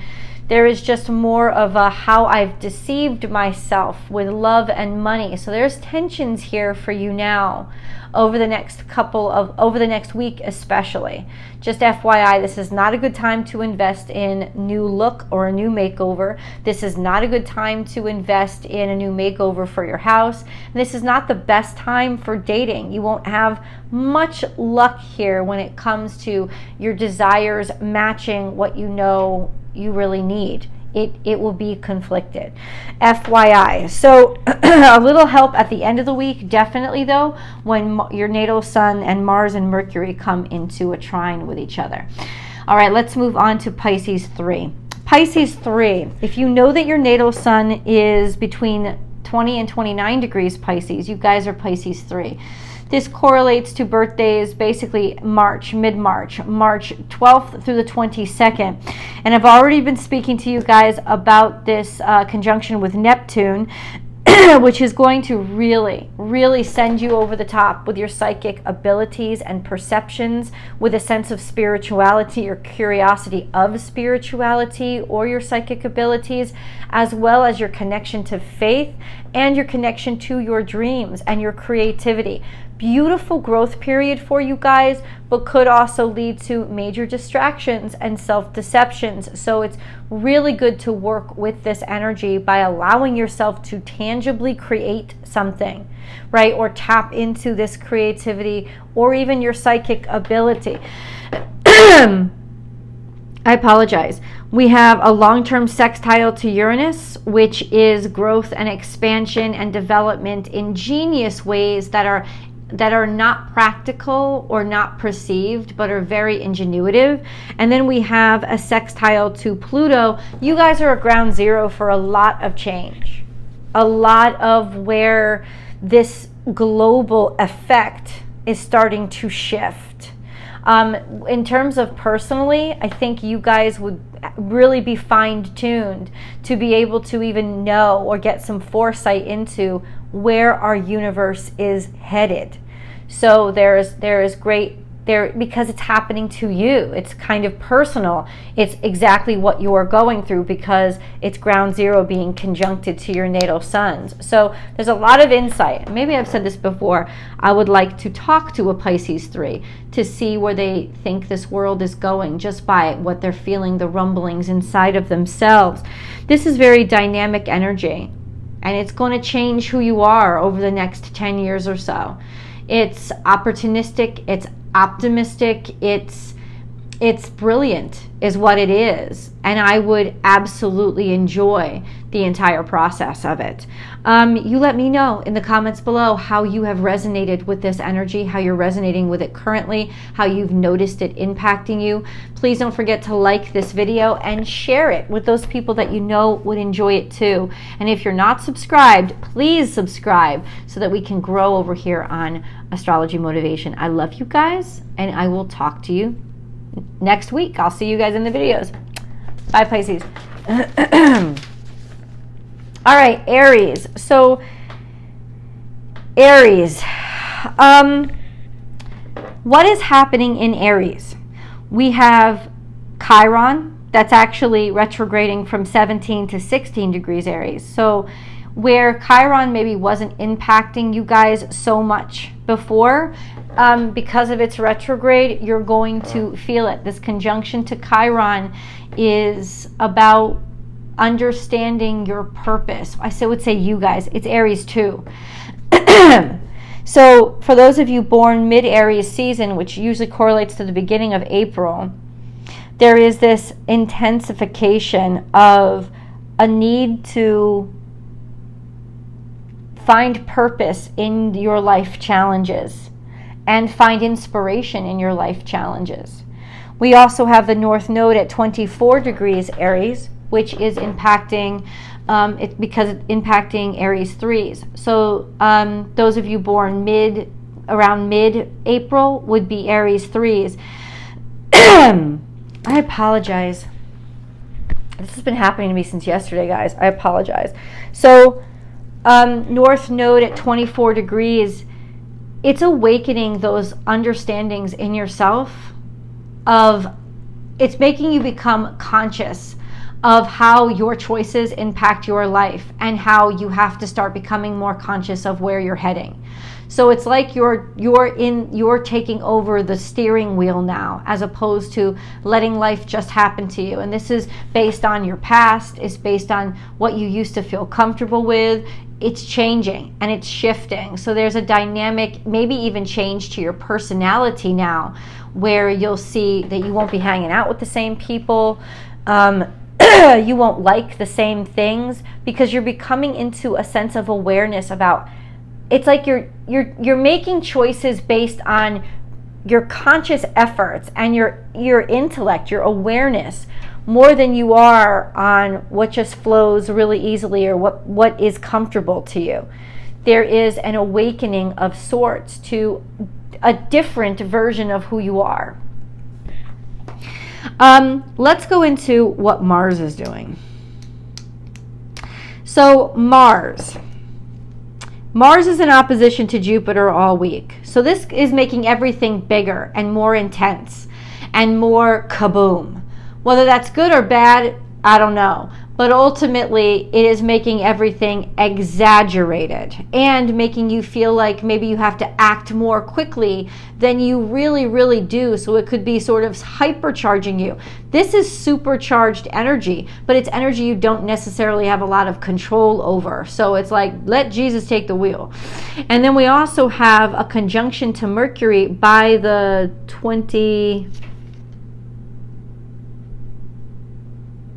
Jeez, I can't even read that. Hold on. I think it's by the 27th. So by the end of the week, Mercury will catch up to Mars and start to conjunct Mars. So this is fast talk. This is your brain on crack. This is being very confident in what you say and quick to say it and quick to show some authority on it. Once again, whether this is good or bad, no one can say, but there will be a sense of confidence in it, but you are a little bit more likely to fight with words or be willing to. Mars is in Scorpio. It's traveling between 7 and 11 degrees Scorpio.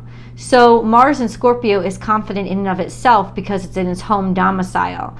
It doesn't like to, it's very controlling when it's in Scorpio. It's very sexual when it's in Scorpio. So there's a lot of intensity here. And that could be fun. A lot of virility, as well as lack of fear. And that's beautiful.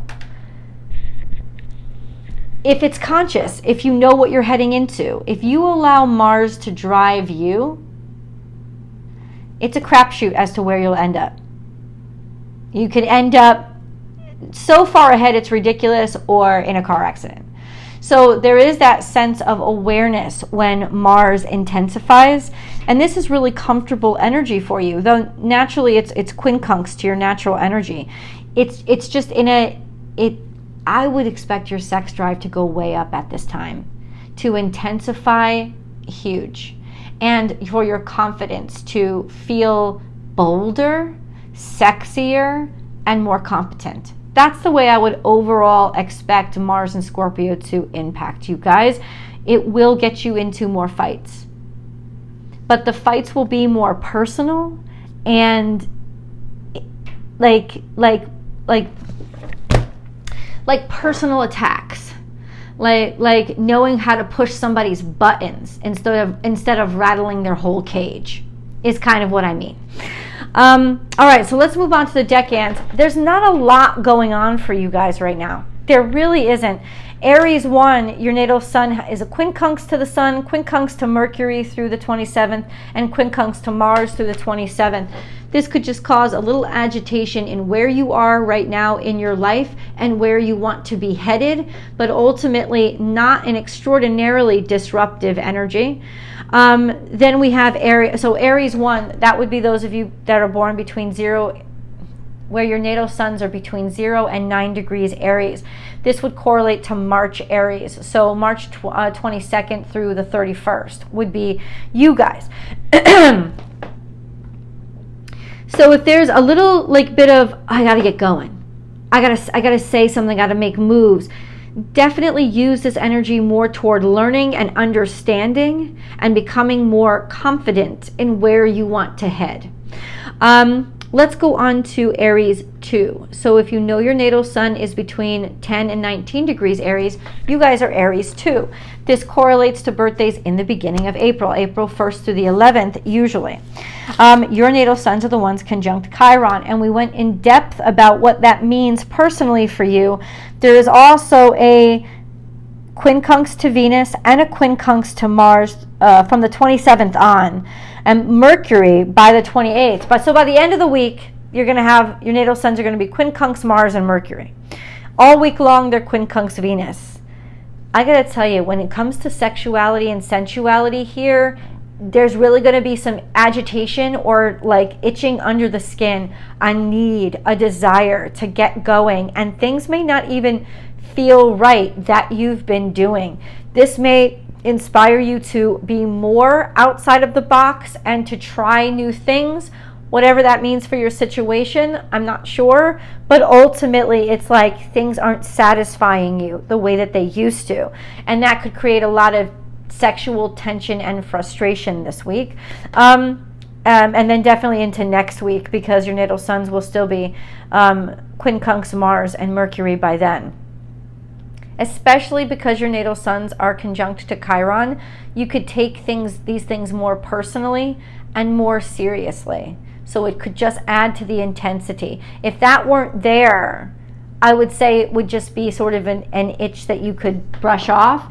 But because your natal suns are conjunct to Chiron, you may take things much more personally, and there may be a few more triggers with sensitivity from the past this week.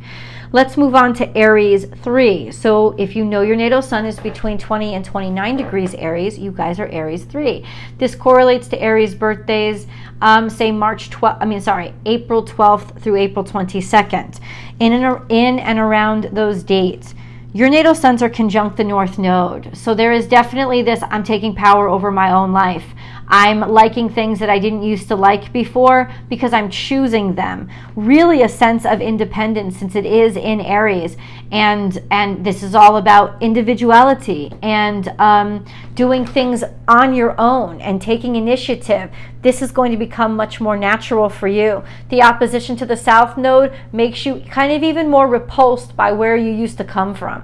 Like I don't want that stuff anymore. I don't want the ease. I'm not even recognizing myself in it right now, and it's not, because this is a growth period for you. When your natal sun is conjunct the North Node, you want to take more conscious action and become more aware of the choices that you're making or who you are in general. So it is a growth period for you over the next couple of months that will last. This whole year there has been a sextile to Saturn, which means growth and expansion, especially in your career, what you're building out in the world, like what you're going to contribute to the world. There will be beautiful opportunities and movements forward in this direction long term over the course of this year. And then we have this long-term square to Pluto, which is intensifying your impact on everybody. And it will create, people will take you a lot more seriously and take offense to you a lot more than they would normally. And that's tough for a couple of years, because it also makes your presence a lot more profound. And if you become conscious of how it's impacting people, you can bully them just by walking into the room. Not to say that you should bully people, but there is that energy about you. So if you really want something, I would say ease up on how intensely you go after it, because people will feel like you're trying to take charge, even though you're not. Though in some cases you are, and with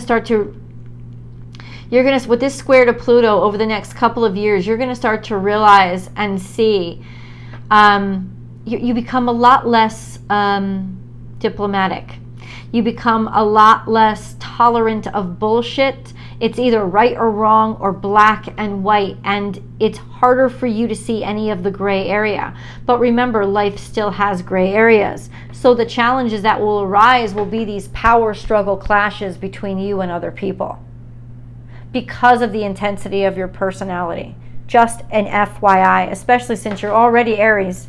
So it's even more intense now. And that's where the extra tension and resistance from other people are coming from. As soon as you walk into the room, they know you're here to take over.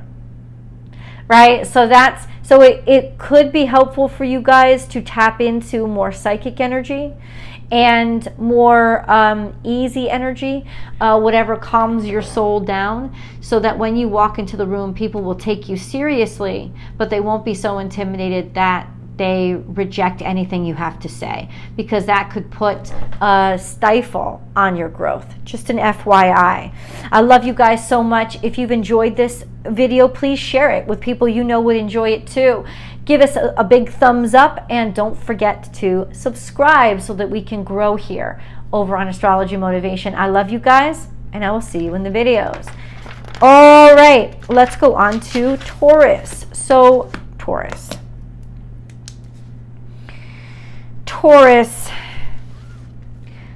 there's a lot going on in Taurus. So this week we have a full moon on the 28th at 5 degrees Taurus.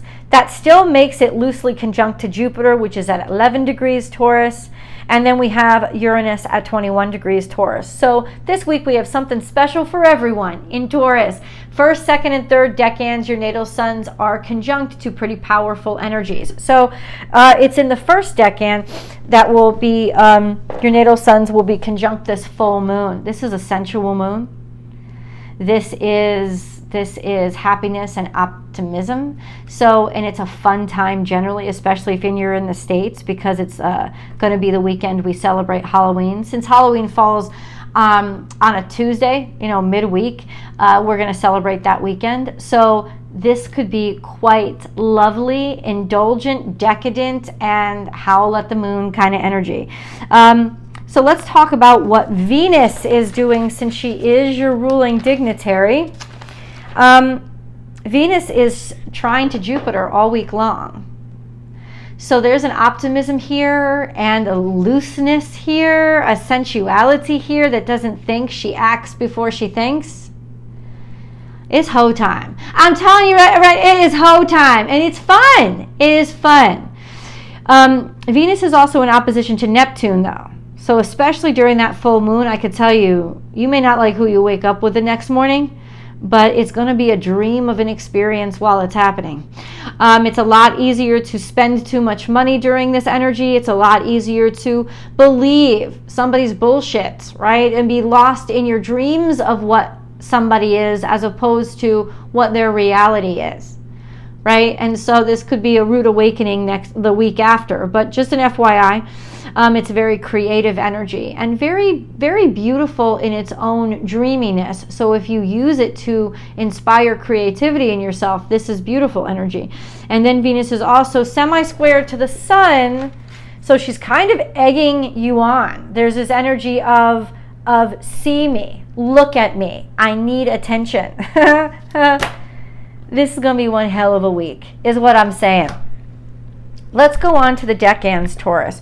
If you know that your natal sun is between 0 and 9 degrees Taurus, you are Taurus ones. This correlates to birthdays, basically April, end of April, April 22nd through maybe May 1st. That would be you guys.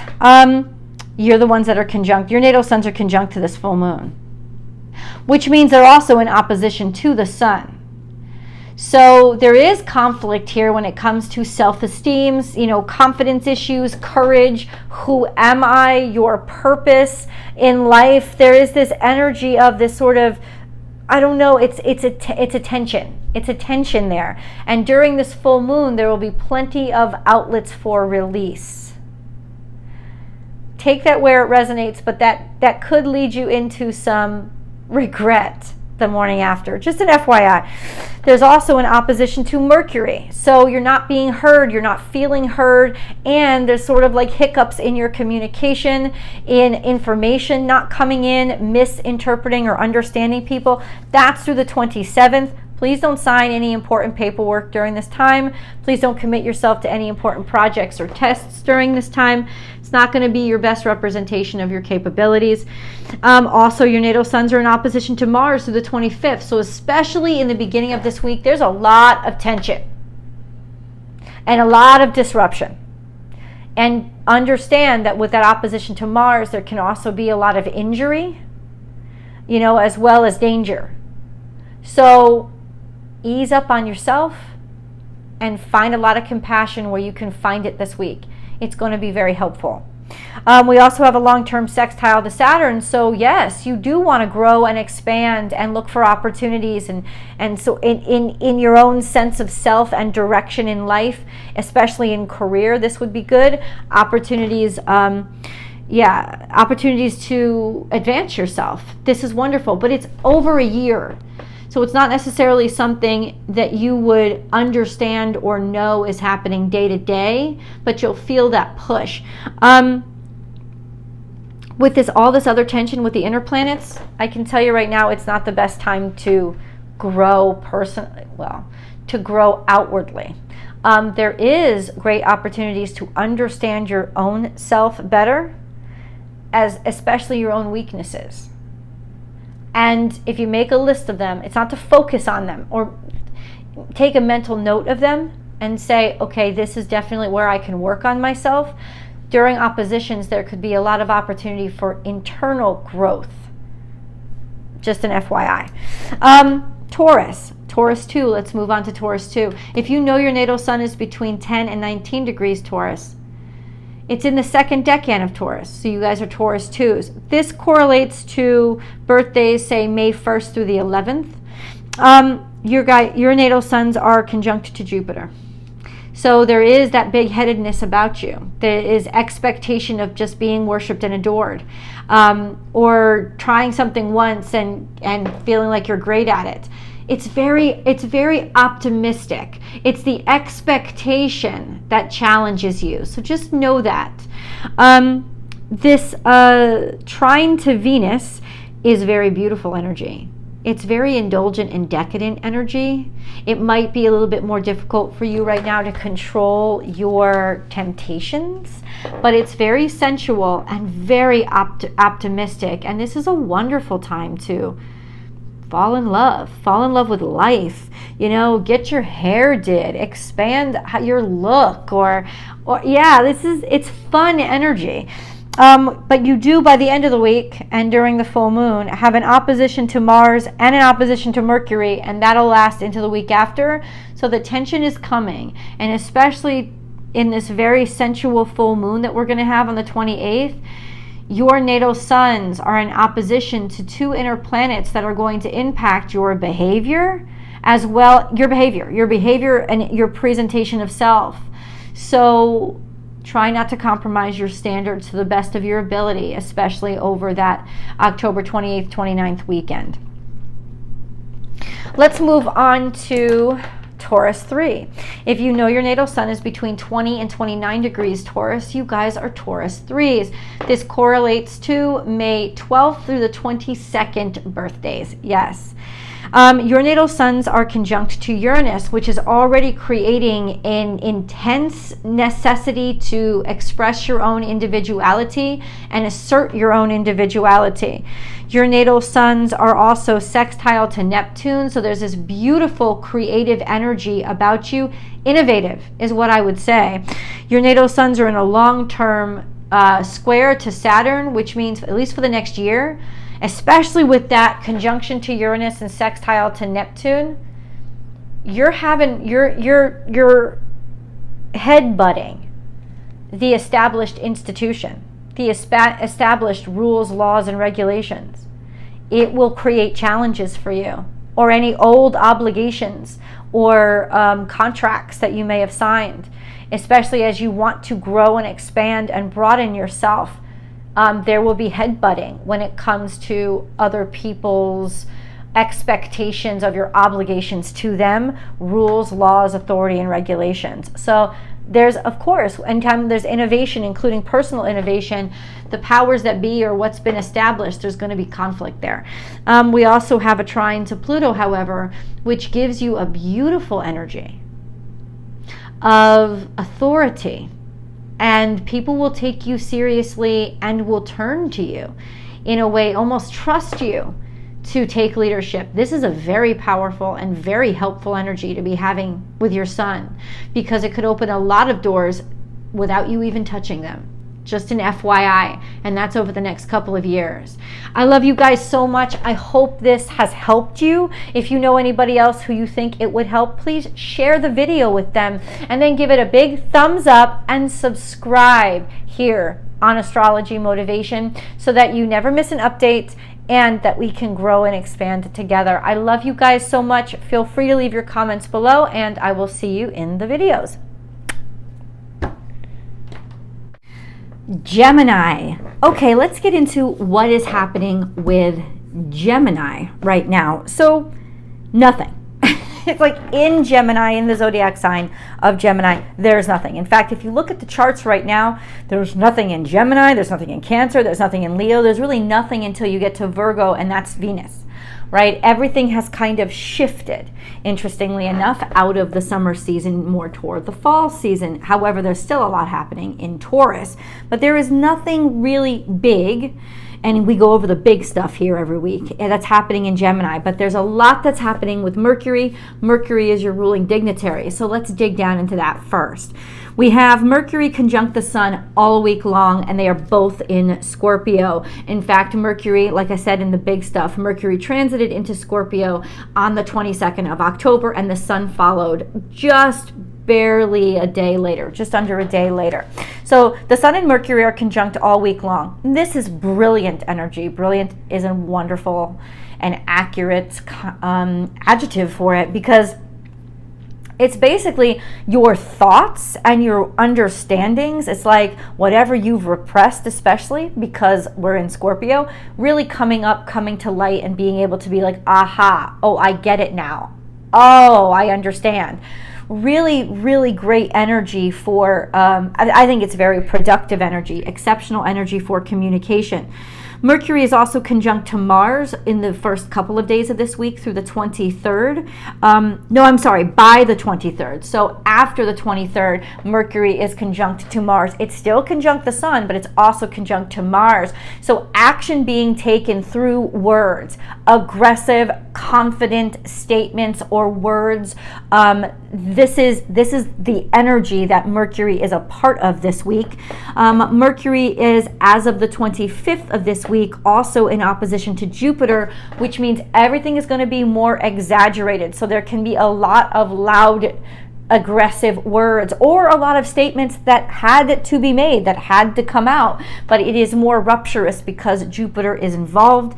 And then we have the semi-square to Saturn through the 25th of this week, which will give us a little bit of grounded energy, could talk about legalities, rules, laws, regulations, and if something isn't in harmony with them, it could be quite explosive, but it could also ground us in our thought process to conduct this energy in a sensical, practical manner. So that's actually nice energy and helpful energy through the first couple of days of this week. On the 28th, Mercury is going to be in opposition to the full moon because it's still conjunct the Sun and it's conjunct Mars. So it's conjunct Mars, it's conjunct the Sun, and it is in a loose opposition to the full moon. There's a lot of talk that has to come out. There's a lot of expression that has to be spoken. There's a lot of feelings that are going to be turning into words around that time. I think it's usually for the better, especially during a full moon. We need a release, but words are particularly powerful around this full moon too. So if you're into manifestation techniques, and I will actually attach a video above. I'll see if I can just attach it here to recommend a few manifestation techniques that will help magnify or intensify your manifestations over the full moon. But this is really a good time to use words to do it, to manifest. It's like the universe is absolutely listening. There's a lot of power around this time. So let's get into the 3 decans of Gemini, shall we? If you know that your natal sun is between 0 and 9 degrees Gemini, it's in the first 10 degrees of Gemini. So you guys are Gemini 1s. Your natal, your birthday span would be around basically May Gemini. So May 22nd through May 31st would be Gemini 1s, in and around those dates. Your natal suns have been in a long-term square to Saturn. So there is a lot of contention here with regards to rules, laws, regulations, feeling restricted, feeling like you can't move forward. With Mercury trying to Saturn right now, there might be some insight into why all that is happening. And then you have a bunch of minor aspects. So your natal suns are quincunx the Sun and quincunx Mercury through the 27th and quincunx Mars through the 27th. So ultimately there can be a lot of frustration that's building in you this week, especially with things making sense. It's almost like hashtag make it make sense for you guys this week. FYI. And maybe it will push you to go get the information to make things make sense. But there is a lot of spurring you forward and egging you on. So you could also be a little bit more pop-offish this week as well. FYI. Not the best time to have any important communications or sign any important paperwork without having somebody else with a less volatile energy about them look things over and help you out. Just an FYI. Let's go on to Gemini 2. If you know that your natal sun is between 10 and 19 degrees Gemini, then you guys are Gemini 2s. This correlates to birthdays June 1st through the 11th, in and around those dates. your natal suns are going to be square to Venus this week. So it's not a great time. And you might find yourself feeling, why is my hair never right? You know, why don't I look good? It troubles or quarrels more in your relationships. Could be some angry quarrels in your relationships because of the mercurial energy. So we just have this energy of sort of a dissonance in how good or how beautiful or appealing or sexy you feel about yourself. Definitely not the best time to date. Definitely a more difficult time for long-term relationships. Not that anything will destroy you. In fact, the challenges that come up, if confronted and really allowed to air out, could actually bring the two of you closer, but it will be challenging. And definitely in terms of finances, there could be some, tension. There could be some agitation there. Just an FYI. And then you have a long-term sextile to Chiron, which is inspiration and motivation coming to open opportunities, opening themselves up to you, or you motivated to opening opportunities for yourself based on or because of challenges you've had in the past. And this has been ongoing for you and Aquarius 2s as well all year long, and it will continue into next year. This is just a sort of tense week just because of that square to Venus. You know, a lot of things about how you feel and what you desire and how valuable and desirable you feel will be brought up around this time. So great time for self-care and to reaffirm how much you appreciate what you have. Let's move on to Gemini 3s. Excuse me. Gemini 3s, you have a longer term trine to the south node, sextile to the north node. That is still very true and will be true for the next couple of months. This is just energy that is kind of helping you become a different version of who you are, like different things or try things or take more authority and be more assertive in terms of where your own particular life is headed. You have a long-term square to Neptune, which is very creative energy, but can be challenging in its distractibility dynamics. And so really just to create and allow yourself to create and get that energy out in a productive fashion. You have this week, and this isn't long-term, but it definitely is for a big portion of the year, semi-square to Jupiter, which kind of makes you feel like I want to be bigger than I am. I want to go faster than I'm going. So it can be generating kind of tension or irritation in your life right now. And the quincunx to Pluto will give you this, I think, unnecessary need to have impact or some sort of power over other people, or it will make you extra sensitive to feeling dominated by somebody else. So that's going on for the next couple of years. With this week and everything that Mercury is going through, I think it could be a little bit more tense and irritable for you this week. But remember, it's only the week. Mercury moves quickly, and without really being exacerbated, the quincunx to Pluto won't affect you. I don't think you'll be consciously aware of how it's impacting you. So predominantly is that sense of, hurry up, I want to get it done this week. And being agitated by anybody that you perceive to be getting in your way or restricting you or trying to dominate you and tell you how to be or who you are. So you let me know in the comments below how this energy is impacting you every day. Please don't forget, if you've liked this video, give it a thumbs up and then share it with people you know would like it too, and subscribe here on Astrology Motivation so that you guys, we can grow over here and you can get updated on all the important information every week. I love you guys, and I'll see you in the videos. Okay, well, Cancer. Let's go into Cancer, Cancerians. What is going on in the zodiac sign of Cancer? Nothing. It's pretty much an arid zone right now. Gemini, Cancer, Leo are empty. So there was a lot. We had our hot spot earlier this year. We don't anymore. But what is happening with the moon? Well, we know from the big stuff that the full moon is quite intense this week. It's going to be on the 28th.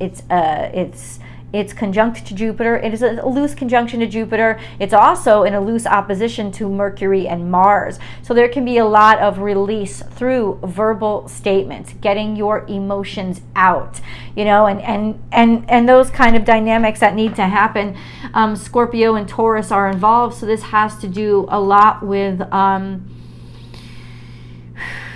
the things we keep hidden versus the things that we maintain. It's almost like Scorpio holds on to and maintains toxicity, and Taurus tries to maintain finances and those things that are of value. So there is this sense of what are you valuing and what are you holding on to, and those dynamics of that coming out probably explosively because Jupiter is involved, though it is also a very sensual week because Taurus and Scorpio are both very sensual, sexual, erotic signs, and so could also be a really good weekend. Anyway, let's talk about it. Let's talk about where our moon is. So it's in Aquarius. It's moving from Aquarius to Taurus between the October 22nd and October 28th.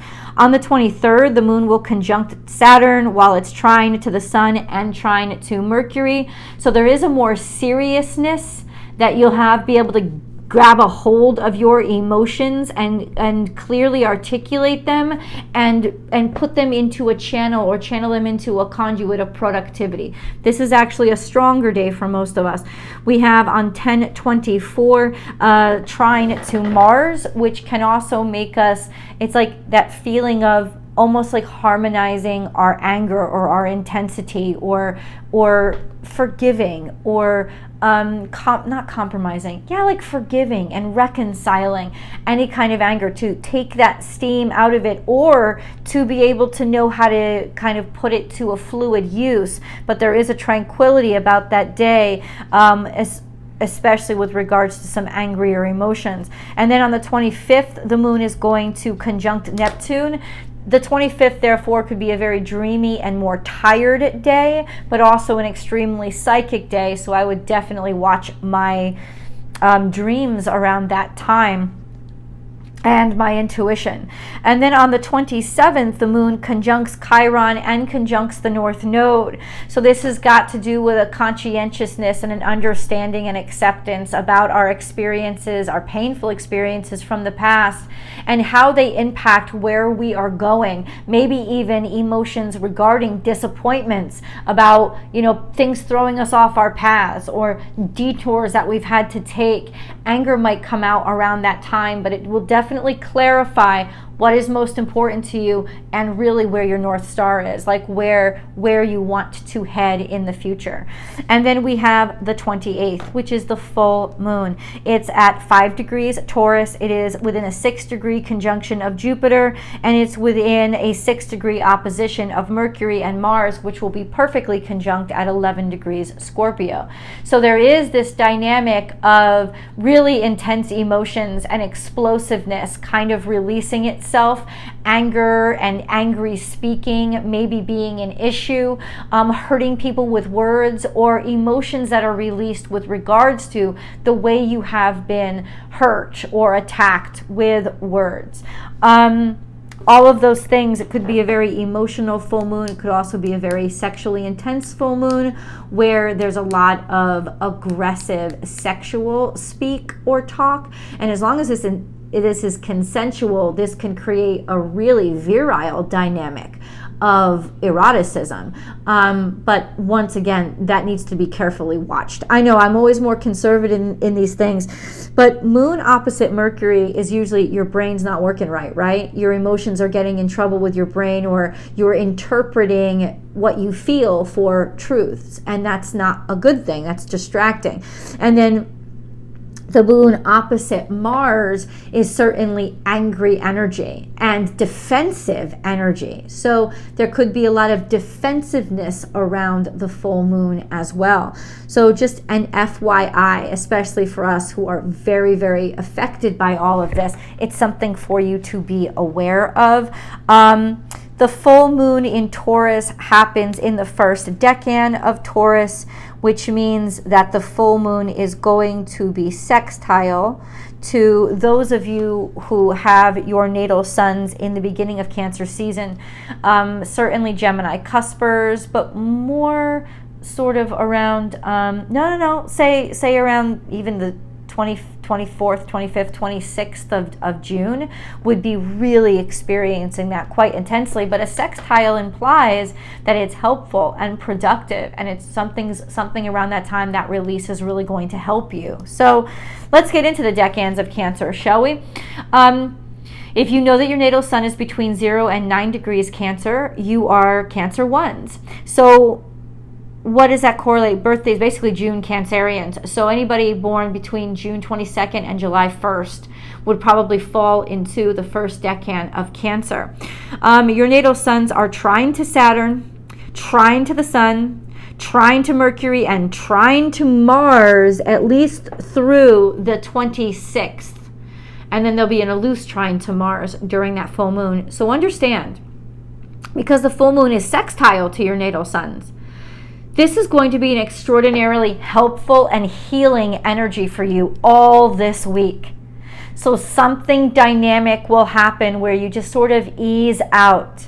I don't know exactly where it is because I don't know what house all of this is taking place in, but there is help coming from the universe this week, culminating in a real opportunity to kind of release emotions and find opportunity in the moment toward the end of this week.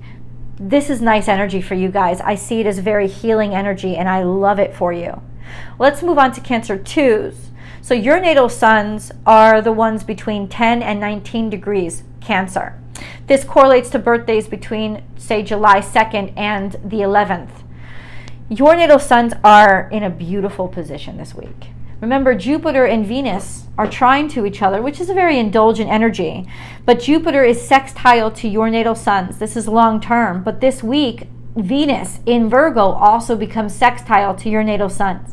There could not be more fortunate or optimistic or opportunity opening up for you in beautiful, extraordinary ways for you to expand and grow your life, your finances, and your desirability.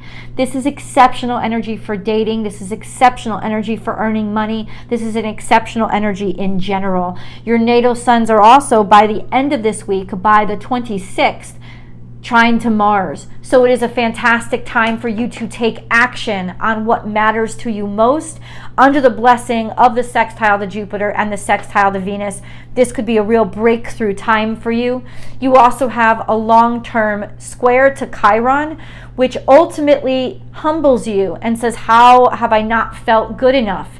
But I think in response to this week, you could feel really good about yourself this week. So this is beautiful energy. Let's go on to Cancer 3s. If you know that your natal suns are between 20 and 29 degrees Cancer, you guys are Cancer 3s. This correlates to birthdays between, say, July 12th through the 22nd. Your natal suns are the ones, especially the cuspers, those of you born on the Leo cusp. So July 20th, 21st, 22nd. Your natal suns are in opposition to Pluto, so there's just a dynamic aspect to your entire life right now, switching up and changing. And sometimes you may be absolutely conscious of this and on board of it, but you will see metamorphic changes in your life right now. You're also square to the North and South node if you're at the cusps. No, basically all of you, because the North and South node is at 24 degrees, Aries and Libra respectively. So this is a turning point in your life where you're finding the need to change from where you once were comfortable to where you are now comfortable, or realizing that that comfort comes in different forms. And this is going on for the next couple of months.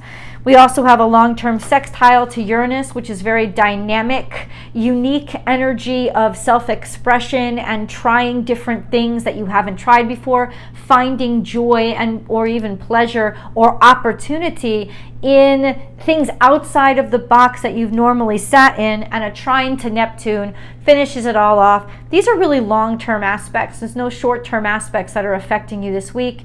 But I think it's very clear that your life is going through a phase of dynamic change, metamorphic change, And overall, you're actually on board for it. So let it happen. Let me know in the comments below how this energy is impacting you guys. Please don't forget to like this video and subscribe to the channel if you're not subscribed already. If you know a friend, family member, or somebody that you work with that would love these videos, please share it with them and help Astrology Motivation grow. I love you guys, and I'll see you in the videos. Bye. All right, Leo. So Leo, what is happening in the zodiac sign of Leo? Nothing. Nothing's happening. I don't say nothing, but nothing big. And remember, we go over the big stuff in these videos. So yeah, Gemini, Cancer, and Leo are pretty much a desert zone right now. like the spring through summer energy is really kind of like nothing's happening. But what's going on with the sun? Well, a lot's going on with the sun because we know we have a full moon on the 28th, and we know we wouldn't have a full moon without the sun. So let's go over this. Just a reminder, because I know you listen to the big stuff, but the sun is going to transit into Scorpio on the 23rd, and you will feel that. Leos always feel where the sun is. They always have just a purpose change 12 times a year. This mentality of how they go about things. Well, the sun is now in Scorpio, and so it is more secretive and it is more private and less caring about who sees it and more caring about how effective it is and more willing to do things behind the scenes. So the sun is not necessarily comfortable in Scorpio because the sun likes to shine and Scorpio is all about hiding things. But ultimately, it's a great time to focus on your personal life, your private life, your inner workings, and maybe even different things that you've repressed or shoved into the garbage bin, but yet not thrown away, right? The sun will move between 0 and 5 degrees Scorpio this week. It is conjunct to Mercury all week long, and that is brilliant energy. And because it's conjunct to Mercury in Scorpio is very investigative. It's like its own little PI. So I think that you're starting to understand things or cognitively be able to grasp concepts that you were less comfortable with are more becoming at least intellectually tangible for you right now. It is also going to empower you to be able to speak about things and let words be the way that you express maybe different things that you have not been talking about. You have a trine to Saturn this week, which is highly productive energy. Sun trine Saturn is exceptional work energy, maturity energy, a sense of authority and purpose, also working within the rules, laws, and regulations. So you're seeing how to make things go smoothly there and with no resistance. And then we have the full moon on the 28th. The sun will be square to Pluto. The sun will be square to Pluto through the 25th, which can intensify everything about your energy, right? You're not going to feel it the way Scorpios would feel it because it's conjunct their natal sun. But you'll still feel a gravitas about your energy as the current sun temporarily squares Pluto this week. So let's talk about the full moon. Well, the sun is conjunct to Mercury and Mars during the full moon.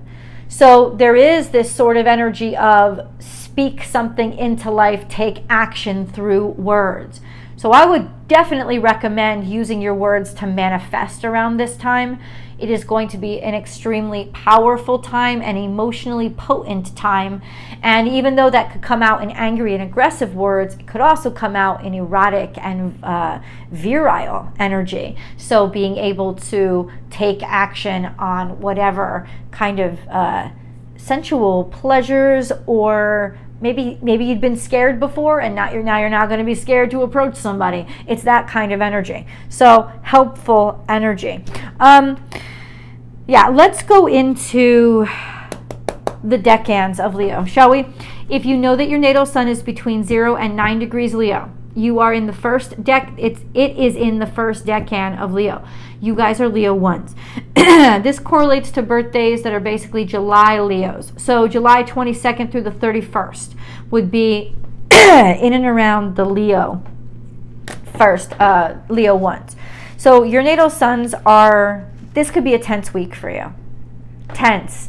with a lot of challenges and eruptions, because your natal suns are square to the sun, which always causes conflicts with other egos, which make you question your own sense of self-worth.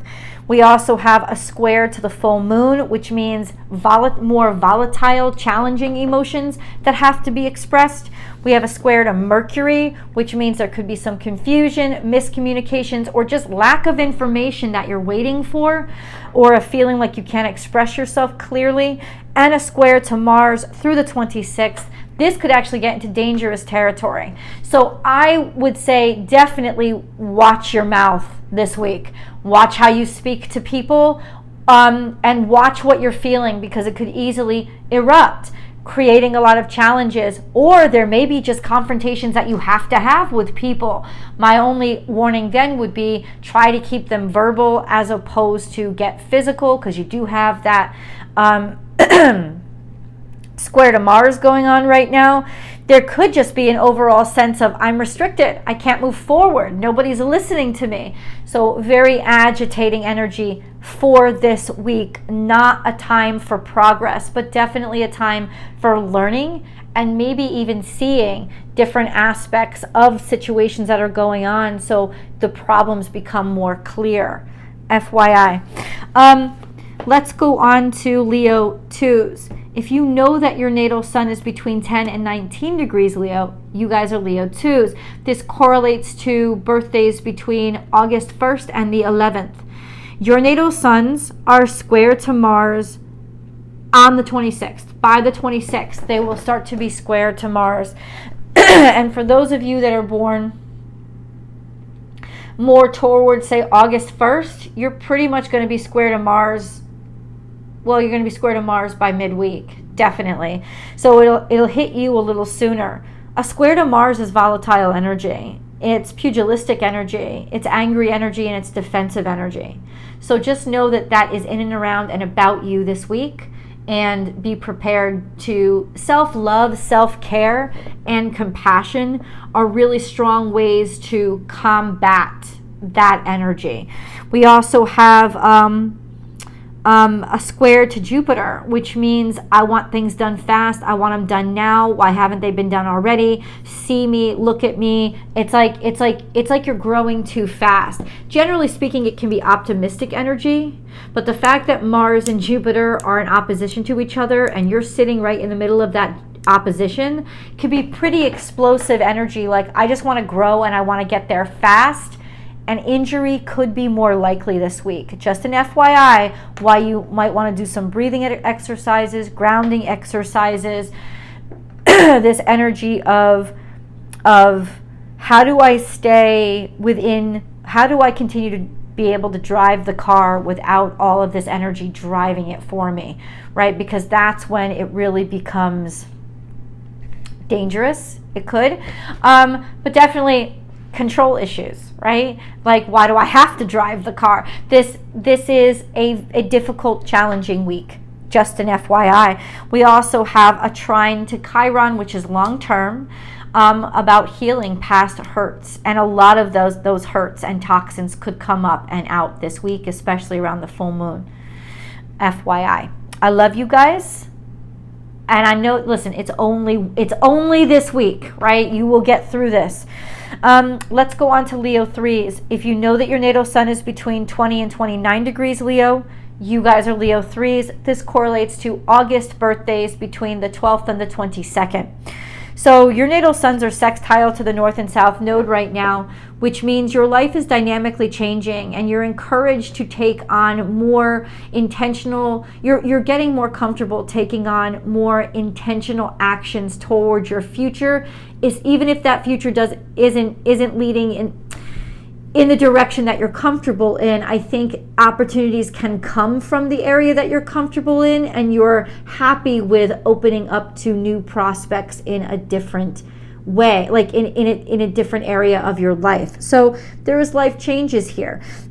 We also have a long-term square to Uranus and quincunx to Pluto, which means you could have some issues over the next couple of years with feeling dominated or forced to be something that you're not.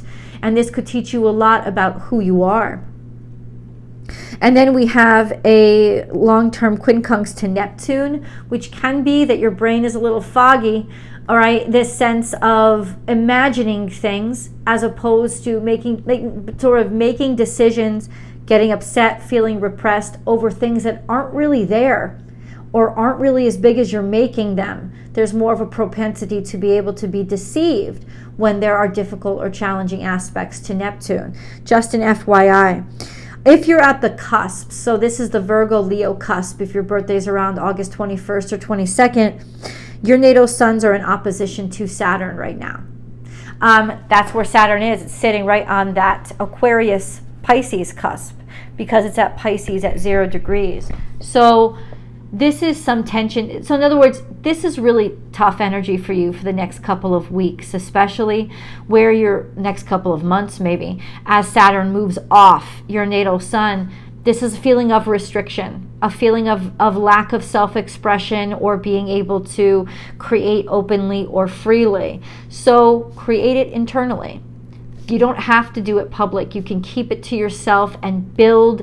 In other words, this is the time for you guys to build your basement, not necessarily put the lights on your house, right? That's the sense of build your basement here. Really knowing what matters to you and learning what matters to you by what presses your buttons will help you build a solid foundation over the next couple of years for what you actually want then to project outward. I love you guys so much. Thank you so much for joining me on these weekly journeys. If you know somebody who would like this video, please share it with them. And don't forget to give it a thumbs up before you log off. If there's other zodiac signs that you want to check out, please do so. The timestamps are below in the description box, in the comment section. And don't forget to subscribe to this channel to help astrology motivation grow. I love you guys, and I'll see you in the videos. All right, Virgo, let's do this. So Virgo, what is happening in Virgo? Venus.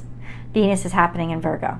Venus is at her fall position in Virgo. She's not the most comfortable, but this is definitely the energy of being turned on by consistency and traditional value systems. Absolutely. Venus is going to be moving from 12 degrees to 19 degrees Virgo, and she's actually very active right now. She is trine to Jupiter and semi-square the sun. So there is this energy of indulging, overindulgence, enjoying life, especially if you feel restricted or not seen. And you could be experiencing that, in fact, especially if Venus is conjunct your natal suns, which she is if you are in the second decan of Virgo, which we will get into. But what is Mercury doing? Because Mercury is your ruling dignitary. Let's talk about what Mercury is doing. Mercury is really active this week. Mercury is conjunct the sun all week long, conjunct Mars by the 23rd of this week. So basically 2 days into this week, it's already conjunct Mars and conjunct the sun at the same time. By the 25th, it will be in a firm opposition to Jupiter, and it's going to be trine to Saturn through the 25th. So, and it's also going to be in opposition to the full moon. It's within a 6-degree orb of opposition to the full moon. So Mercury is highly active and very much bringing things to the surface and to light, so people will like see something and know something and understand maybe what has been untangible for a while. The conjunction to the sun adds for a lot of confidence when you speak. The conjunction to Mars also leads for a lot of confidence and authority and even aggressiveness, taking action through words. And so watch people's promises right now to see if they really mean what they say, because Mercury is also in opposition to Jupiter, which means people could be over-exaggerating what they say or misinterpreting, over-exaggerating what they've heard. Just an FYI, we also have that trine to Saturn, which at least for the first couple of days of this week will ground that mercurial energy and make it make sense. So there could be a lot of productivity in the beginning of the week for you, but by the full moon, there is definitely this energy of something has to be relieved and expressed, and it could come out very aggressively. Now, since it's also trine the sun and Mars, it's in all of it's happening in Scorpio, this could also be sexual energy, pent-up sexual tension, and also I desire you and I want you. So it can be very erotic energy. It just depends on how it's all playing out. So let's go into the 3 decans of Virgo. If you know that your natal sun is between 0 and 9 degrees Virgo, you guys are Virgo 1s. This correlates to August Virgo birthdays. Anyone born in and around October 22nd through August 22nd through August 31st. That would be you guys. Your natal suns are trying this full moon. So there's a peacefulness and an easement that will happen with the expression of emotions that comes around the full moon. It's also a very beautiful time for you to do manifestations and allow balance to be restored in your life. I love that energy. Your natal suns are in a long-term opposition to Saturn, especially those of you born on the cusp of Leo. So especially those of you born around August 22nd, 23rd. The opposition to Saturn is really restricting energy and confining energy, and it can be quite frustrating energy.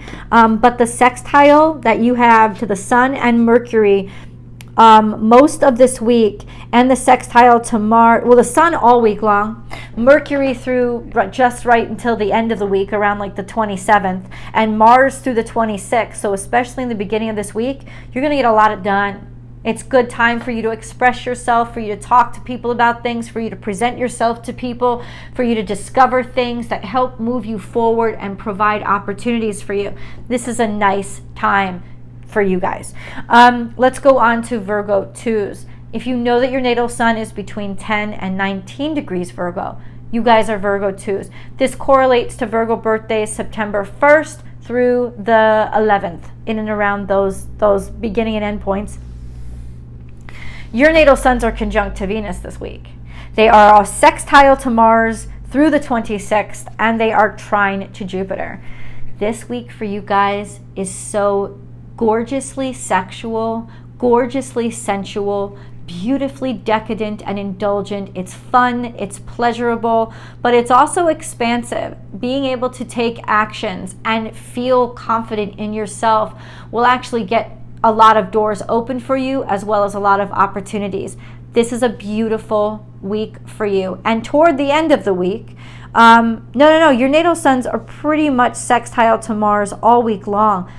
I would say go for it. This is very virile energy, and I wouldn't be surprised if you guys are extra confident and horny. Just an FYI. All right, let's move on to Virgo 3s.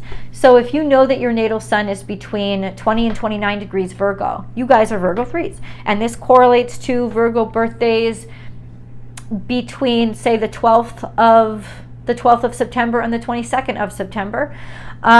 Your natal suns are trine to Uranus, which means a harmony with oddities, ingenuity, and a balance of your own sense of personal identity.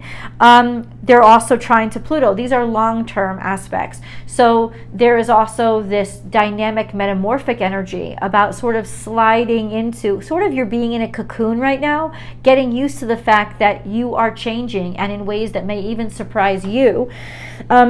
And then the opposition to Neptune is a very creative energy. It could also be very distracting energy. But overall, I think this is a very metamorphic time for you. Over the next couple of years, you'll see a lot of changes to your life and your character that you'll welcome in, that you'll feel good about, that is actually part of a healing process for you.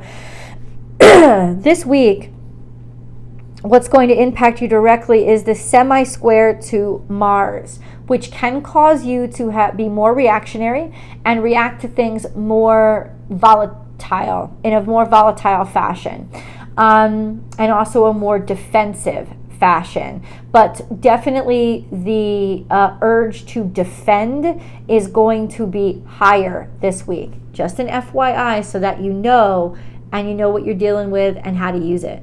I love you guys so much. I so appreciate you supporting the channel. If you love this video, share it, recommend it to your friends, and definitely like it. Give it a thumbs up so that the algorithm knows how you feel. If you haven't yet, please subscribe here to Astrology Motivation. I love you guys so much, and I will see you in the videos. Bye, Virgo.